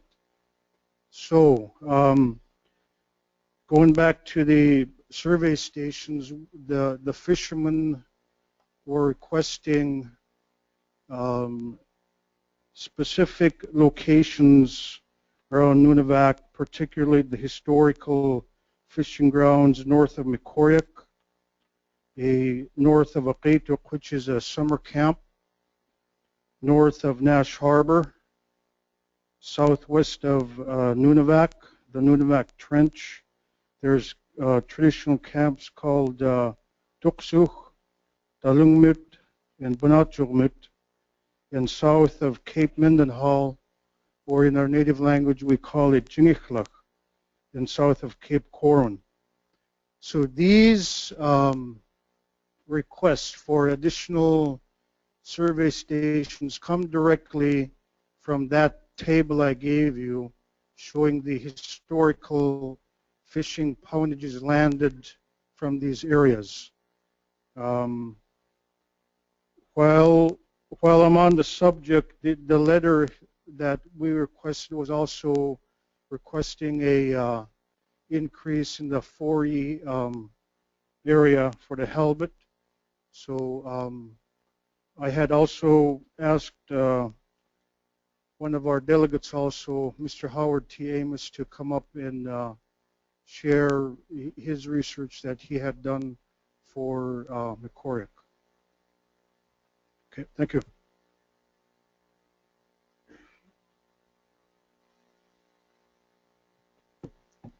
Good afternoon. My name is Howard Amos. I'm also from Nunivak Island. And I have a sheet here that shows an economic status for the community. We have a total of 200 people. This comes from 2013 federal census. And the races in Mikoyak are 93.2% American Indians. You can say I'm a Chupik. And 3.1% white and 3.7% other. And a population distribution 25 years old and older. High schoolers or higher, 8.3%. People with bachelor's degree, 7.3%. Graduate plus 1.6%. And we have an unemployment rate of about 19.8%. And the median income at Mikoyak is $37,007. And 2013 per capita income is $19,048. And most common occupations are construction and extraction, 25%, installation, maintenance, 23%, management work, 18%, fish and hunt, 9%, and a municipal tax base is about 4%. And commodity prices, we pay for our gasoline at $6.25 per gallon, and heating fuel, $5.85 per gallon. And we thank our village corporation for subsidizing these rates. Otherwise, they would be higher than what they're mentioned here. And oil average per quart, $12.53 per quart. The airfares from my home to the nearest hub town of Bethel, one way is $275. And the round trip is $550. A box of 12 gauge ammo that we use to go out hunting for our subsistence foods, $46 per box, and 70mm ammo, $26.05 per box. For cleaning, doing laundry, liquid 3.12 quarts is $35.25, and Hills Brothers coffee, 3-pound coffee is $25.59. And a loaf of bread is $3.19. And air freight, we have two air freight carriers. One is a Raven Air. It costs approximately 45 cents per pound to ship freight out to Mikoyak, and with Raven Air, it's 55 cents per pound. Brianna, thank you. Thank you very much. Ian, I wonder if you could just talk briefly about sort of the strategy behind the survey and dealing with issues of distribution and abundance. Yeah. The area in the Bering Sea is the largest. It's 54% of the coastwide geographic habitat for halibut as we estimate it. And because of that and the low catch rates up there, it's a very difficult place for us to survey. It's an inefficient survey in that area with regard to catch rates, and it's also inefficient because we have to run considerable distance to cover between stations. So in the design that my colleague Dr. Webster described earlier, where we paired our survey with the trawl survey, we did paired stations on a 20-mile grid, maybe 60. Not listening, right? On a much broader scale. The upshot of that is that we spend more time running and less time surveying than we do in other areas. It's more difficult to get around. And we just don't have the resources on a year-to-year basis to mount a considerable effort up there to sample further with our own set-line survey. So the strategy there has been to try to piggyback on the existing platforms that are going on. And Ray's first or second slide showed that patchwork using the trawl survey and then the trawl survey's northern extension, which occurred in 2010, I believe, to get to some of those northern areas, and then as well the ADF&G NIMS survey that goes on in Norton Sound to piece in that area. And so we're really trying to use all the available information in that region, but it's a broad place for us to sample. As the bar chart near the end of Ray's presentation, that material showed, the biggest change in abundance in that area is likely to come from the Area 4S, or the Bering Sea Flats. It's the biggest contributor in recent years to our overall abundance in Area 4 CD and E. So in terms of maximizing our precision or putting our effort in the place that could make the most difference, that's the place that we've prioritized, and that's why we did our expansion there last year. Although we would be very interested to see the abundance and how it might change over time in some of the smaller regions, such as around Nunivak Island, it's unlikely to make a large change to the total estimate for Area 4 CD and E. And with regard to the biomass in Area 4 CD and E, we estimate that those fish are highly mobile across that area. Our analysis, our tagging data from historical studies show that those fish are capable of moving. If they're juveniles on the flats, they move into and around the islands, they move out to the edge and into the other areas. And that's why currently the IPHC doesn't delineate among areas 4 CD and E. When we do the apportionment calculations, we only apportion that far. And the additional delineation of catch limits within area 4 CD and E actually comes from the Council's catch sharing plan. So our estimate of abundance basically stops at the level of 4 CD and E, and the regulatory decisions made to assign particular catch levels to sub-areas there are then done by the North Pacific Council. Great. Thanks very much, Ian. Do we have any questions online, Steve? Yes, there's one question online. It comes from Dave Lefebvre, who asks why there is a discard mortality rate of 16% applied for the directed halibut fishery, but a discard mortality rate of only 9 to 11% is applied to U.S. longline fisheries that encounter halibut as bycatch. Thank you. I haven't talked much about discard rates. In fact, that information is correct. We assume a 16% discard mortality rate for the directed halibut fishery when we calculate the wastage estimates, as Heather Gilroy described earlier in her presentation. And the other rates that were referenced in that question are the rates that are applied to the Pacific cod fishery, which I believe those rates do vary between about 9 and about 12%. And they do come from different sources. The PCOD discard mortality rates come from a combination of two sources. One are historical studies indicating the relative or the mortality rates associated with different types of injuries. So we have a different rate associated with a minor injury or a severe injury. And those rates come from the historical studies. Then the next piece of information is the distribution of those rates that's actually occurring in the fishery. And that information in the PCOD fisheries comes from observer data. It comes from observers sampling viabilities, where they will actually request a fish to be brought over the rail. They will assess the condition of that fish, assess any injuries that are found on that fish, and then based on the sample that they've obtained, those viabilities that are observed will be expanded out to represent the entire fleet. On the other side is the Pacific halibut fleet, and there the 16% does not represent the observer sampling. The current coverage from the observer program is very low, and importantly, it doesn't cover the entire halibut fleet. It covers only the over 40-foot vessels. And what we've seen is that there are some big differences in where the under 40-foot vessels are fishing, when they're fishing, and the kinds of gear they're using. They're much more likely to be using snap gear. They're much more likely to be fishing in inside waters under different conditions. And so at this point, we have not evaluated the observer data viability estimates to be expanded out to the whole fleet, because we don't think that coverage is comprehensive enough yet to apply. However, that said, the estimates, the 16% comes from historical analysis looking at injury rates and handling of fish from a long time ago. And it is probably a reasonable place to focus some research priority in the near future. I'd just like to expand on that a little bit. Discard mortality rate's a pretty active area of research for us, but we're also finding ourselves up against a bit of a wall in that, in particularly looking at fish smaller than about 50 centimeters. We're trying to take advantage of some of the newer tagging technology and trying to use things like accelerometer tags, which will actually try to give some estimate of mortality rate based on the movement of the fish. If the movement stops, then for an extended period of time we can consider that potentially that fish is dead. Unfortunately, those tags are only suitable for fish above about 50 centimeters, so we still have a fairly substantial gap in understanding about how to get an estimate of mortality for fish smaller than 50 centimeters.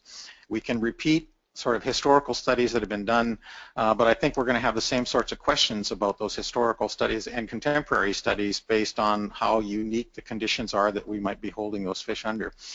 So I have to say that we still have some substantial challenges here about how to estimate mortality for those smallest fish involved here, but we're also looking at ways to try to get better estimates for the fish above this thing, and also to get better sampling so that we can try to look at a more comprehensive sample for things like peacod longliners. This is one of the things that we're working with National Marine Fisheries Service, trying to look at the sampling design about how we get those estimates and whether or not those are representative estimates in all of the fisheries that are being looked at. So it is a very active area of research for us, and we acknowledge the fact that the understanding of those mortality rates in each of those fisheries is not as good as we would like it to be.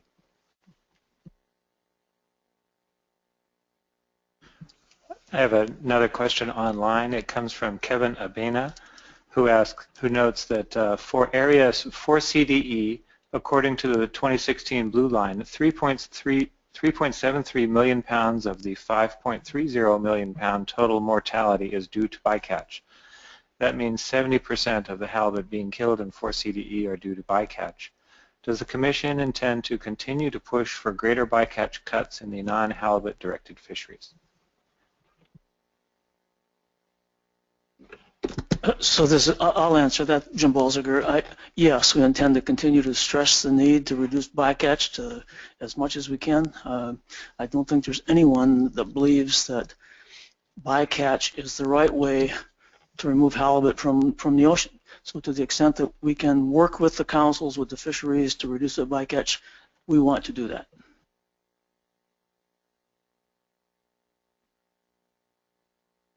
That's all the questions we have, Mr. Chair. Thank you, Dr. Lehman. So what do we have as a schedule after this? We have one more presentation, but I think there's I'm sorry, questions from the Commission. Mr. Boyce?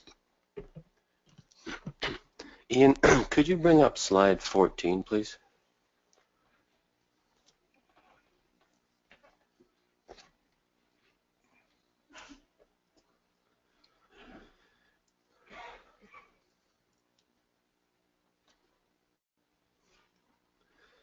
So thank you for investigating the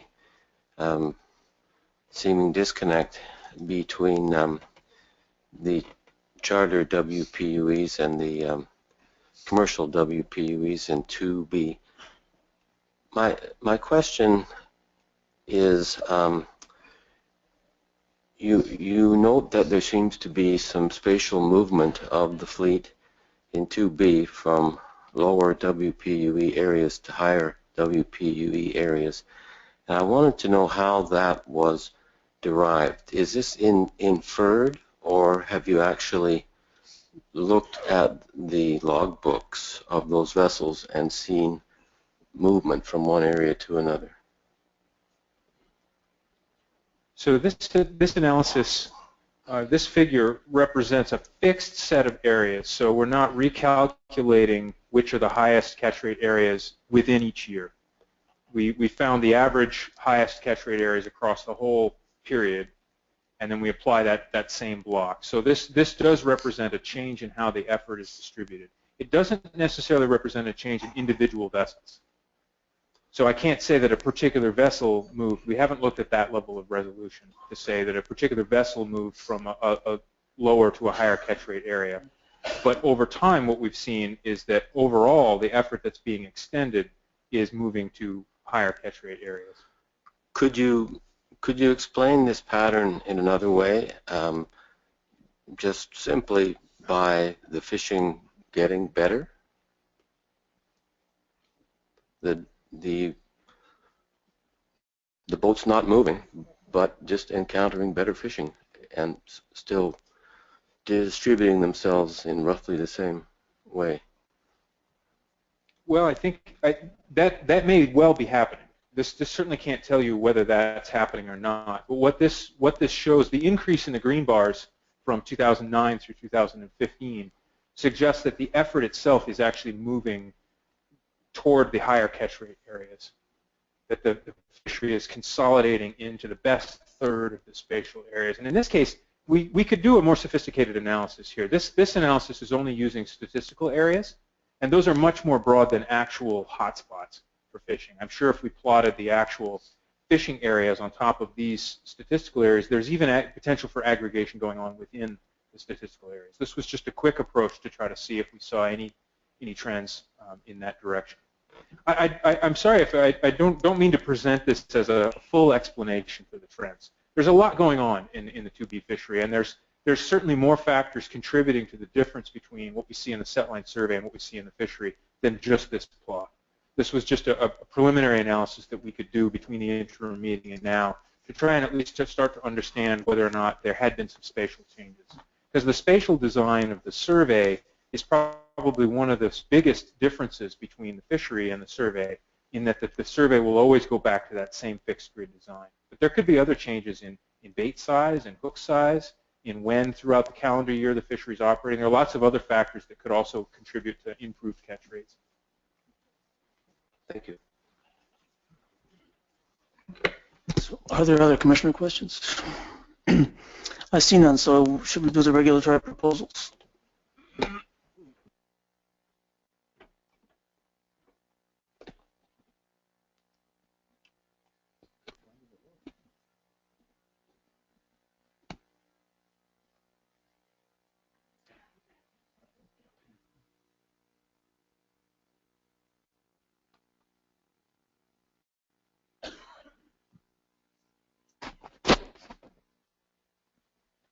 On the other ear.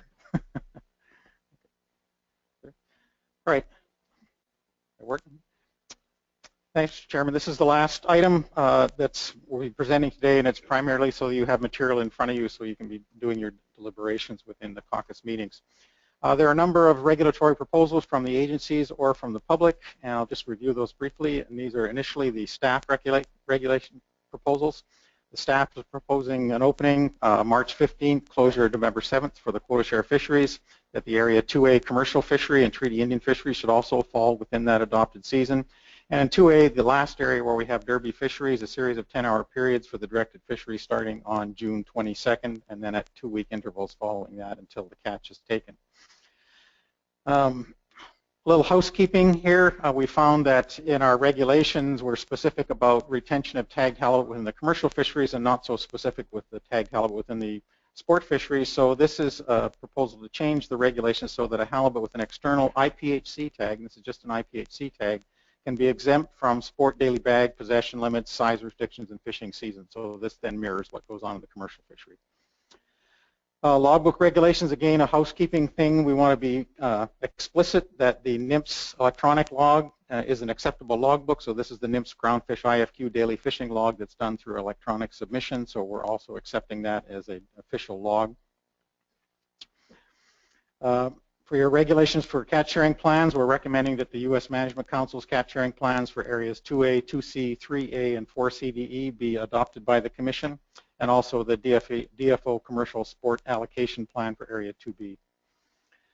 A number of regulations have been forwarded to us from the North Pacific Fishery Management Council concerning Area 2C charter measures. I'm just listing them here. One fish daily bag limits between 42, less than or equal to 42 inches or greater than equal to 80 inches. Then some contingency elements were also forwarded to us. If the catch limit is sufficiently higher than the blue line, then sequentially increase the lower limit upward to meet the allocation. If it's below the blue line, then add an annual limit of 5, and if needed, adjust the lower limit. And in this case, because there's an annual limit, anglers are also must maintain a complete record of halibut harvested if an annual limit is adopted. And this is, you'll see on page 191 of the Blue Book. In Area 3A, I'll just outline again the measures with an additional caveat. And in this case, the 2 fish daily bag limit, 1 fish less than 29 inches on an annual limit of 4 fish. Each vessel permitted to 1 trip per calendar day, and each permit limited to 1 trip per vessel per calendar day. Charter fishing prohibited on Wednesdays. If the catch limit is sufficiently higher than the blue line between 2015 FCEY and 2016 blue line, then increase the annual limit to 5 halibut. If the 2016 FCEY is the same as the 2015 FCEY, then increase the maximum size of the second fish to 29 inches and increase the annual limit to 5. Again, anglers, because there's an annual limit, must maintain a complete record of halibut harvested if an annual limit is adopted. The difference between this and the 2C situation is the 2C situation identified measures if the catch limit adopted was below the blue line. The 3A measures do not contain such a provision, and this is something that the Commission might wish to consider on this, because with the change in bycatch in Area 3A, where there was an increase in the bycatch as a result of the last season data, the blue line changes for this area, and so this may be an important point about understanding the impact of that increased bycatch on what the blue line will be and then what the sport measures that wish to be adopted might be. This is another rather large one. The the North Pacific Fishery Management Council has forwarded to the Commission a letter requesting that the Commission adopt a similar regulation for allowing retention of halibut with pots when fishing for sablefish in the Gulf of Alaska. This is something the Commission has considered before, and we requested some additional details from the Council, which they have brought forward. This proposal is on page 188 of the Blue Book, and this gives you the linkage where it's a very large package that goes on with this. The decision point before you, Mr. Chairman, would be for the Commission, if they chose to allow retention of halibut in pot gear, would have to redefine what constitutes a legal gear. You may look at this in a number of ways. You might consider this with a maximum retainable allowance, indicating this is a bycatch fishery. You may allow this just pro forma so that it's adopted across the board without any restrictions. You also might consider this, and we had some discussion with the Council staff earlier on this, you may wish to consider either having a sunset provision on the regulation itself or else hardwiring into it a review provision after a number of years so that you can then go back and revisit this and determine how it's impacting the halibut fishery, if at all. We did receive industry regulatory proposals. These are listed on pages 194 to 198 of the Blue Book. First one was a commercial fishery minimum size limit of 30 inches. Second one to establish a maximum size limit of 60 inches for all fisheries in all areas. Excuse me. Again, something similar to that is establish a maximum size limit of 72 inches, and then a commercial fishery opening after March or April. These are listed on page 194 to 198 of the Blue Book, along with some staff comments. This is also from the industry, but it actually represents housekeeping for the Commission. It's a requirement for Area 2A tribes to record individual number, not vessel number, on the fish ticket. The staff agrees with this. This is something that's already being done, and it seems appropriate. This is a proposal from Alaska Longline Fishermen Association to require completion of a logbook when making a landing instead of when fishing for halibut. This is a result of fishing for other species and then retaining halibut. If you have IFQ holders aboard the vessel and a halibut is obtained when fishing, it must be retained. So the question is, when should a logbook be triggered for this? And the suggestion that's being made here is that it's a landing as opposed to when it's a fishing. There's staff comments on this in the Blue Book. In the sport fishery, another request was to require barbless hooks and support the halibut angler release mortality reduction program, which was a program developed in southeast Alaska using using a cell phone camera and measurements and trying to estimate the size of fish from there. And Richard Yamada, who was the director in this program, is present for the meeting here and can address that for the conference board and the PAG. There's also a number of industry catch limit comments and other assessment matters included in the Blue Book from pages 264 to 276. And that's it, Mr. Chairman. Thank you, Dr. Lehman. So, any questions from the commissioners? I see none. So, Steve, please. And actually, these are questions back to Ian's presentation, if we want to entertain those. The first one is a follow-up from Kevin Abena about concerning the U.S. longline fisheries that encounter halibut as bycatch. Do you have any research or statistics that show the impact of halibut taken from these longliners by whales? Essentially talking about fish that are caught but never seen or come up as lips or partial fish. Are these losses taken into account?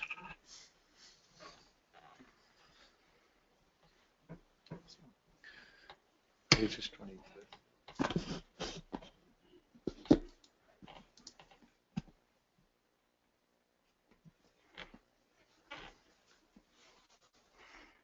Okay. It's a good question. Currently, we don't account for whale mortality in our estimates, mainly because we don't have a good way to measure it. We know that there's definitely some whale mortality going on out there, both on fish that are coming up on the long lines and being eaten on the way up, as well as fish that are handled, discarded, and potentially being eaten on the way back down again. That the latter source of mortality could potentially be included in an accurate discard mortality rate. Historically, we've gotten the discard mortality rates by tagging fish and looking at the relative returns of different categories. And so those returns of tags in an excellent condition category compared to a severely injured category would reflect any additional mortality associated with whale depredation as those fish were returning to the bottom and due to decreased fitness or any other prolonged effects. In terms of estimates of mortality for by whales on fish as they're being captured, these fish essentially would be lost productivity or invisible productivity to the current process. The models that we use to estimate the halibut stock assume that we know what the removals are. And so what we're saying is that there's a source of removals out there and we don't know the magnitude of that. And the way that would play out in the stock assessment model is that we would estimate a year class coming into the stock, and we would see that year class, we would see it declining, and we would conclude based on how many fish we saw when they were 10 years old and 12 years old and 14 years old, well, there must not have been as many fish. And so our estimate of how many fish came in that year class would be reflective just of what we see later on. And if what we see later on is a function of that whale mortality already in there, then we would never have seen that productivity. It would be invisible productivity.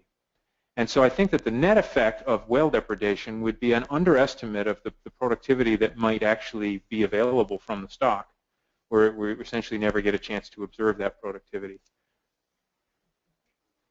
Can I elaborate on that question a bit, I think, Ian? And part of it is to do with whether or not how one then estimates the productivity governs how the harvest policy is applied to the stock. And I think it's commonly thought if you don't see the things that therefore you would underestimate the productivity of the stock, so you may assign a harvest rate that's incorrect. In fact, the harvest rate that we would assign to something like that is based on the change in mortality, the change in numbers of fish that we would see over time, and we would try to get the right mortality rate, harvest rate that's appropriate for that.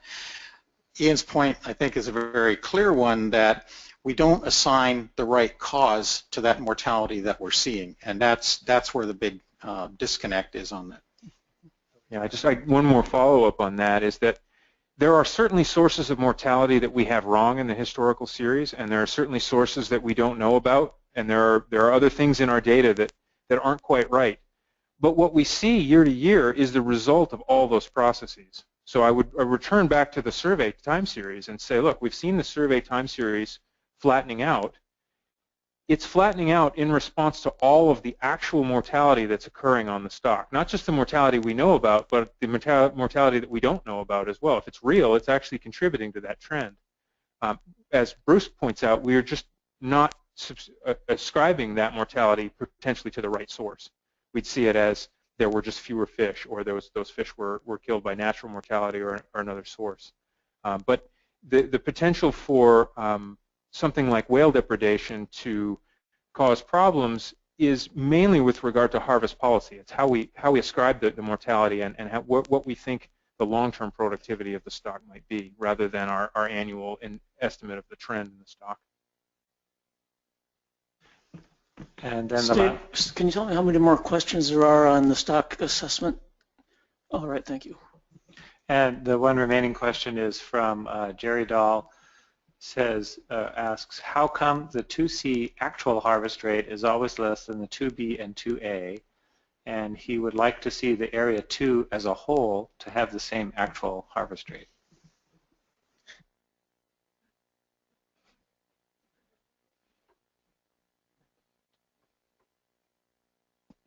I guess we'll take that as a comment. So thank you very much.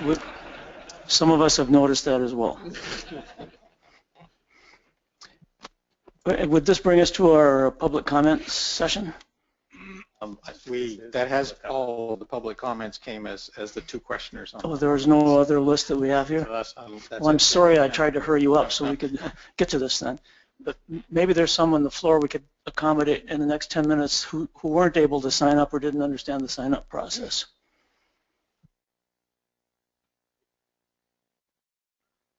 My name is Ken Wing, Area 2B. And I'd like to maybe help clarify some of the slide 14 thing. I know that we had a very good presentation of some complex science to us, and sometimes as fishing we need to collaborate and communicate some of the things that go through our complex heads. And in Area 2B, under the present rules, we're allowed on one boat 1% of the overall quota, which would equate to 59,000 pounds. In this past year, I, as an individual, make my choices of where I'm going to go and fish. And one trip I decided, well, I'm going to go out and target some halibut. And I was going to target, not a full boat load, but close to it. And I go out and I set my gear, and one of what I would pretty be sure to be concluded was the higher catch rate areas. And in a place where I'd fished before, I happened to get some pretty good fishing. It was 3,300 pounds off 3 skates. And that was the first day. And so the next day I thought, well, gee, I'll go set a couple strings off and get a little bycatch and make sure I get what I wanted. I'll set back 3 skates of gear where I had that fishing. I probably get half. Well, lo and behold, to my surprise, I can't see what's down there. I had 4,000 pounds off of 3 skates and went into town. As I develop my fishing plans through a year, sometimes I fish different places for different things. And when I'm only allowed to catch 59,000 pounds, sometimes I don't have the opportunity to conduct all my fishing the way that I maybe necessarily started to think I would at the start of the year. Consequently, maybe I don't always get to some of the places with lesser expected catch per weight. And one other comment I'd like to make is that yes, the bycatch, the trawl fishery definitely, shows a decrease, and it obviously shows a substantial increase in the FCEY for Area 4. But one of the things I would like to know, and I'm glad, Jim, that you certainly are willing to continue to pound the table, is that in the deliberations that were going up to some of the regulatory things that are going to go into place, there was a number of fishermen that made the comment that yes, they could reduce their bycatch and still catch their fish. But the amount of bycatch that they suggested that could be reduced was substantially more than what they have voluntarily done and showed that they could do and still catch their fish. And I'm sure that most people in this room still agree that they can still continue to reduce their bycatch more and still catch their fish. Thank you for the comment. I'll just make a comment on, I think, Ken, what you said about your fishing plan goes along with what Ian was suggesting and looking at the performance of individual boats as opposed to looking at this in a broad scale area. So this was just kind of our first cut at it, but the idea of looking at individual boats, I think, has real merit. So thanks. Good afternoon. Good afternoon. My name is Buck Lakaitis. I'm from Homer, and I'm a commercial fisherman in areas 3B and 4A, area 4 in general. So we have a coast-wide stock, and my question to Ian, or anybody who wants to take it, is why do we have regulatory areas? Other than for an international lines, I guess, what are the principles surrounding having different areas? And I think on your slide 35 you got to a little bit of it, but I just want to understand, and then I have a follow-up question. Sure.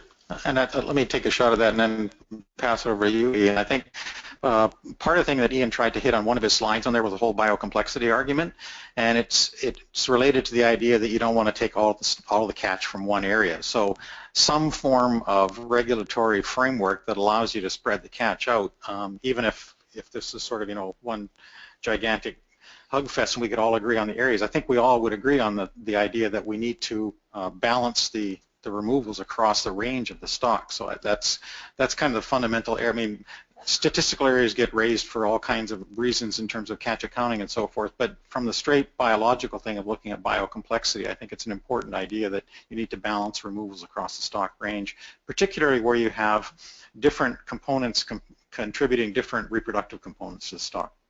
I don't know, Ian, if you want to say any more. Okay, thanks for that. So then my follow-up is the numbers that I have for 2014. If you look at fish, if you look at animals instead of pounds, there was about 5 million pounds of trawl mortality in the Bering Sea Aleutian Islands. They're about 5 pounds, a little bit less than 5 pounds. So real rough numbers, 1 million fish caught as bycatch in the Bering Sea. That same year, we had about a 24 million pound coast-wide harvest. They're about 24 pounds. So we had about 1 million fish taken from California to St. Matthews to Attu, equal. So why wouldn't that same principle of preserving biodiversity apply to the bycatch fishery in the Bering Sea, where you're taking 1 million fish out of one area of the Bering Sea? That's a very good question, and it directly goes to why the Commission staff wants to go to a spawning potential ratio metric for looking at this thing, so we can consider all sizes of removals across the stock. And the stock assessment's done in numbers, Buck, but that's exactly why we want to go to an SPR kind of framework for this. I think it's a very important thing of us trying to have a common metric for all kinds of removals from the stock. Thank you very much. So I think you're right. The spawning potential addresses some of it, but it doesn't address the localized depletion that was the first part of the question, but thanks for that response. And is there anyone else? Ms. Parker.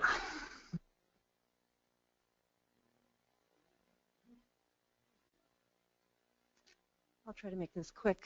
So it looks like this is a statistical question, and it's from a 30,000-foot view. When we look at the blue line decision table, we see that we're setting a track record of going above that some degree over the years.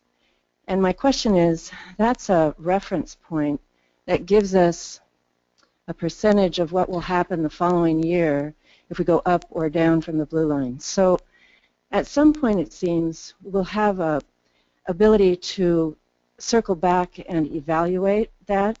So I just wanted to get a little better understanding of when that time might be, and if it does come, would we completely change things, or, you know, just any response on that would be great. Ian, do you want to come up and have a shot at that while he's coming up? Well, I'll say that that's one of the issues of the decision table that's really important, is the kind of built-in accountability that comes along with that sort of process.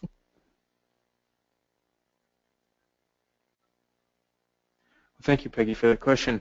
In fact, you're right. As we look back over previous catch limits that have been set, we can extract a de facto harvest policy from that. We can look at the risk levels that have been accepted on an annual basis and summarize those into essentially the new harvest policy, or the effective harvest policy. We can also then test that harvest policy through something like the management strategy evaluation. We can look at the long-term properties of that de facto policy. This is something that we've had a fairly extensive conversation with our scientific review board about. In fact, I've already created several figures and ways to look at that particular thing. The trouble is, we're only 3 years into this new approach, and so we really don't have a pattern yet to start to compare. But that is definitely something that the SRB has encouraged us to look into in the future. And it could be something that could be taken up by the Management Strategy Advisory Board as well, to consider as one of their management procedures would be the status quo, or the level of risk that's been accepted over recent harvest policy decisions. Well, with that, I think we will have one more comment.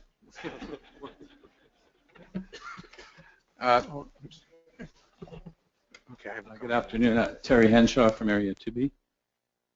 Looks like there's some evidence in trawl bycatch being reduced. Just wondering if, but the question to you, Mr. Bolsiger, when do you think we can enjoy 100% trawler bycatch coverage as far as having observers or monitored? Do you think there'll be a time in the near future we can have that? Well, I think we're very close in the Bering Sea, and the North Pacific Council is working on Gulf trawl fisheries now. We have the chairman of the council here. I'd suggest you catch him at the reception tomorrow night and put that question to him, but it's on the minds of people. Thank you. Yeah, it's moving in the, I suppose, in the right direction, but that would dispel if what's going on out there is if we could have that 100%, because it's a valuable resource that is, you know, over the years has been chewed up, and the sooner we get there, the better. Okay, thank you.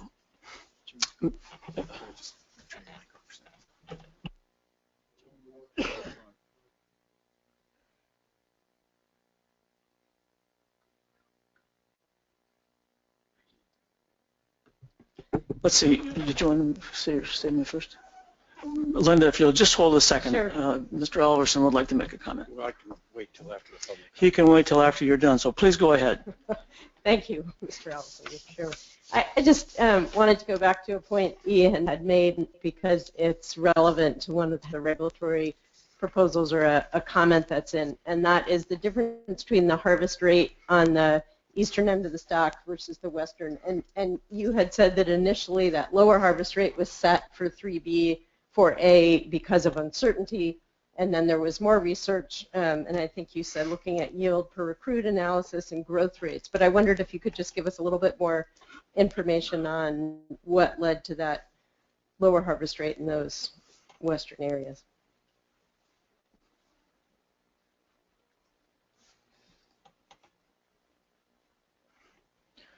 I actually don't have much more information off the top of my head to add to that. I believe the analysis was done in the mid-2000s, around 2005, looking at the trend in size at age in fish in the relative areas. And that's an imperfect way to go about it, because the fish don't necessarily stay in their areas. But the stuff that, the work that Steve Martell has done in the last few years, looking at trends in size at age and relative yield per recruit in the various areas, seems to generally support that same conclusion, that the fish in the western areas tend to grow more slowly. The fish in area 4B in particular do get quite large, but they live a very long time, and they tend to grow fairly slowly. The fish that we see in area 2 tend to be quite large for their age, again, it's very difficult for us to disentangle the difference between faster growing fish moving to Area 2 from Area 4 from the western side of the stock to the east versus fish just experiencing better conditions and achieving greater size at age in the east. And I'd say that's an active area of research. But our basis for those rates is somewhat outdated, but the information that we have currently about the size at age of those fish does seem to support lower harvest rates in the western side of the stock. The other thing I think is worth remembering would be just to look at the various trends in those areas, because even outside of a harvest policy type analysis, if we look at a trend, if we see a flat trend in a particular area, that suggests that the amount of yield available in that area is pretty close to the amount that's being taken. Likewise, if there's a downward trend, probably there's more yield being taken out than is available in that area. And so a change to a harvest rate would likely change those trends. And I think there's probably as much merit in evaluating those trends and where a particular area would want to see itself going in the future, in addition to noting the biological properties of fish that we see in a particular area. Thank you. So, comment from Mr. Alverson. Mr. Chairman, we heard comments from Mr. Dale Smith and Howard Amos from Macquarie Tribal Council relative to Area 4E, and I assume they're going to participate in the conference board. I was looking under the catch sharing plan for 4C, D, and E on page 187, and it doesn't really spell it out here except that there is one. And I believe at the current blue line number, the new blue line number, there's a reallocation that takes place in 4E that the conference board and PAG and ourselves should be aware of. So if maybe between now and tomorrow morning we can get that information, I think that would be helpful to everyone. Thank you. So I have a note here which in my opening remarks I meant to say this, I skipped over it. We have a professor and a group of students who are studying the Halibut Commission process. So they're in the second row here. Professor Joel Marcus, University of Alaska Southeast, and he has, I thought he had 4 students. He does have 4 students, I believe. 5. So welcome. I hope you can come to the reception tomorrow night, and we appreciate bringing some young, smart people into this. So good on you. And with that, well, there's nothing wrong with those smart people. So it's one reason I'm glad Clem Tillion's here, because I hate being the oldest person in the room all the time. So we're going to adjourn now, and we only have a few minutes till the section delegation meetings are taking place. And Dr. Lehman, I believe we start at 8:30 in the morning right here again. Is that correct for the public? So we'll see you in the morning at 8:30. Have a good evening. Thanks.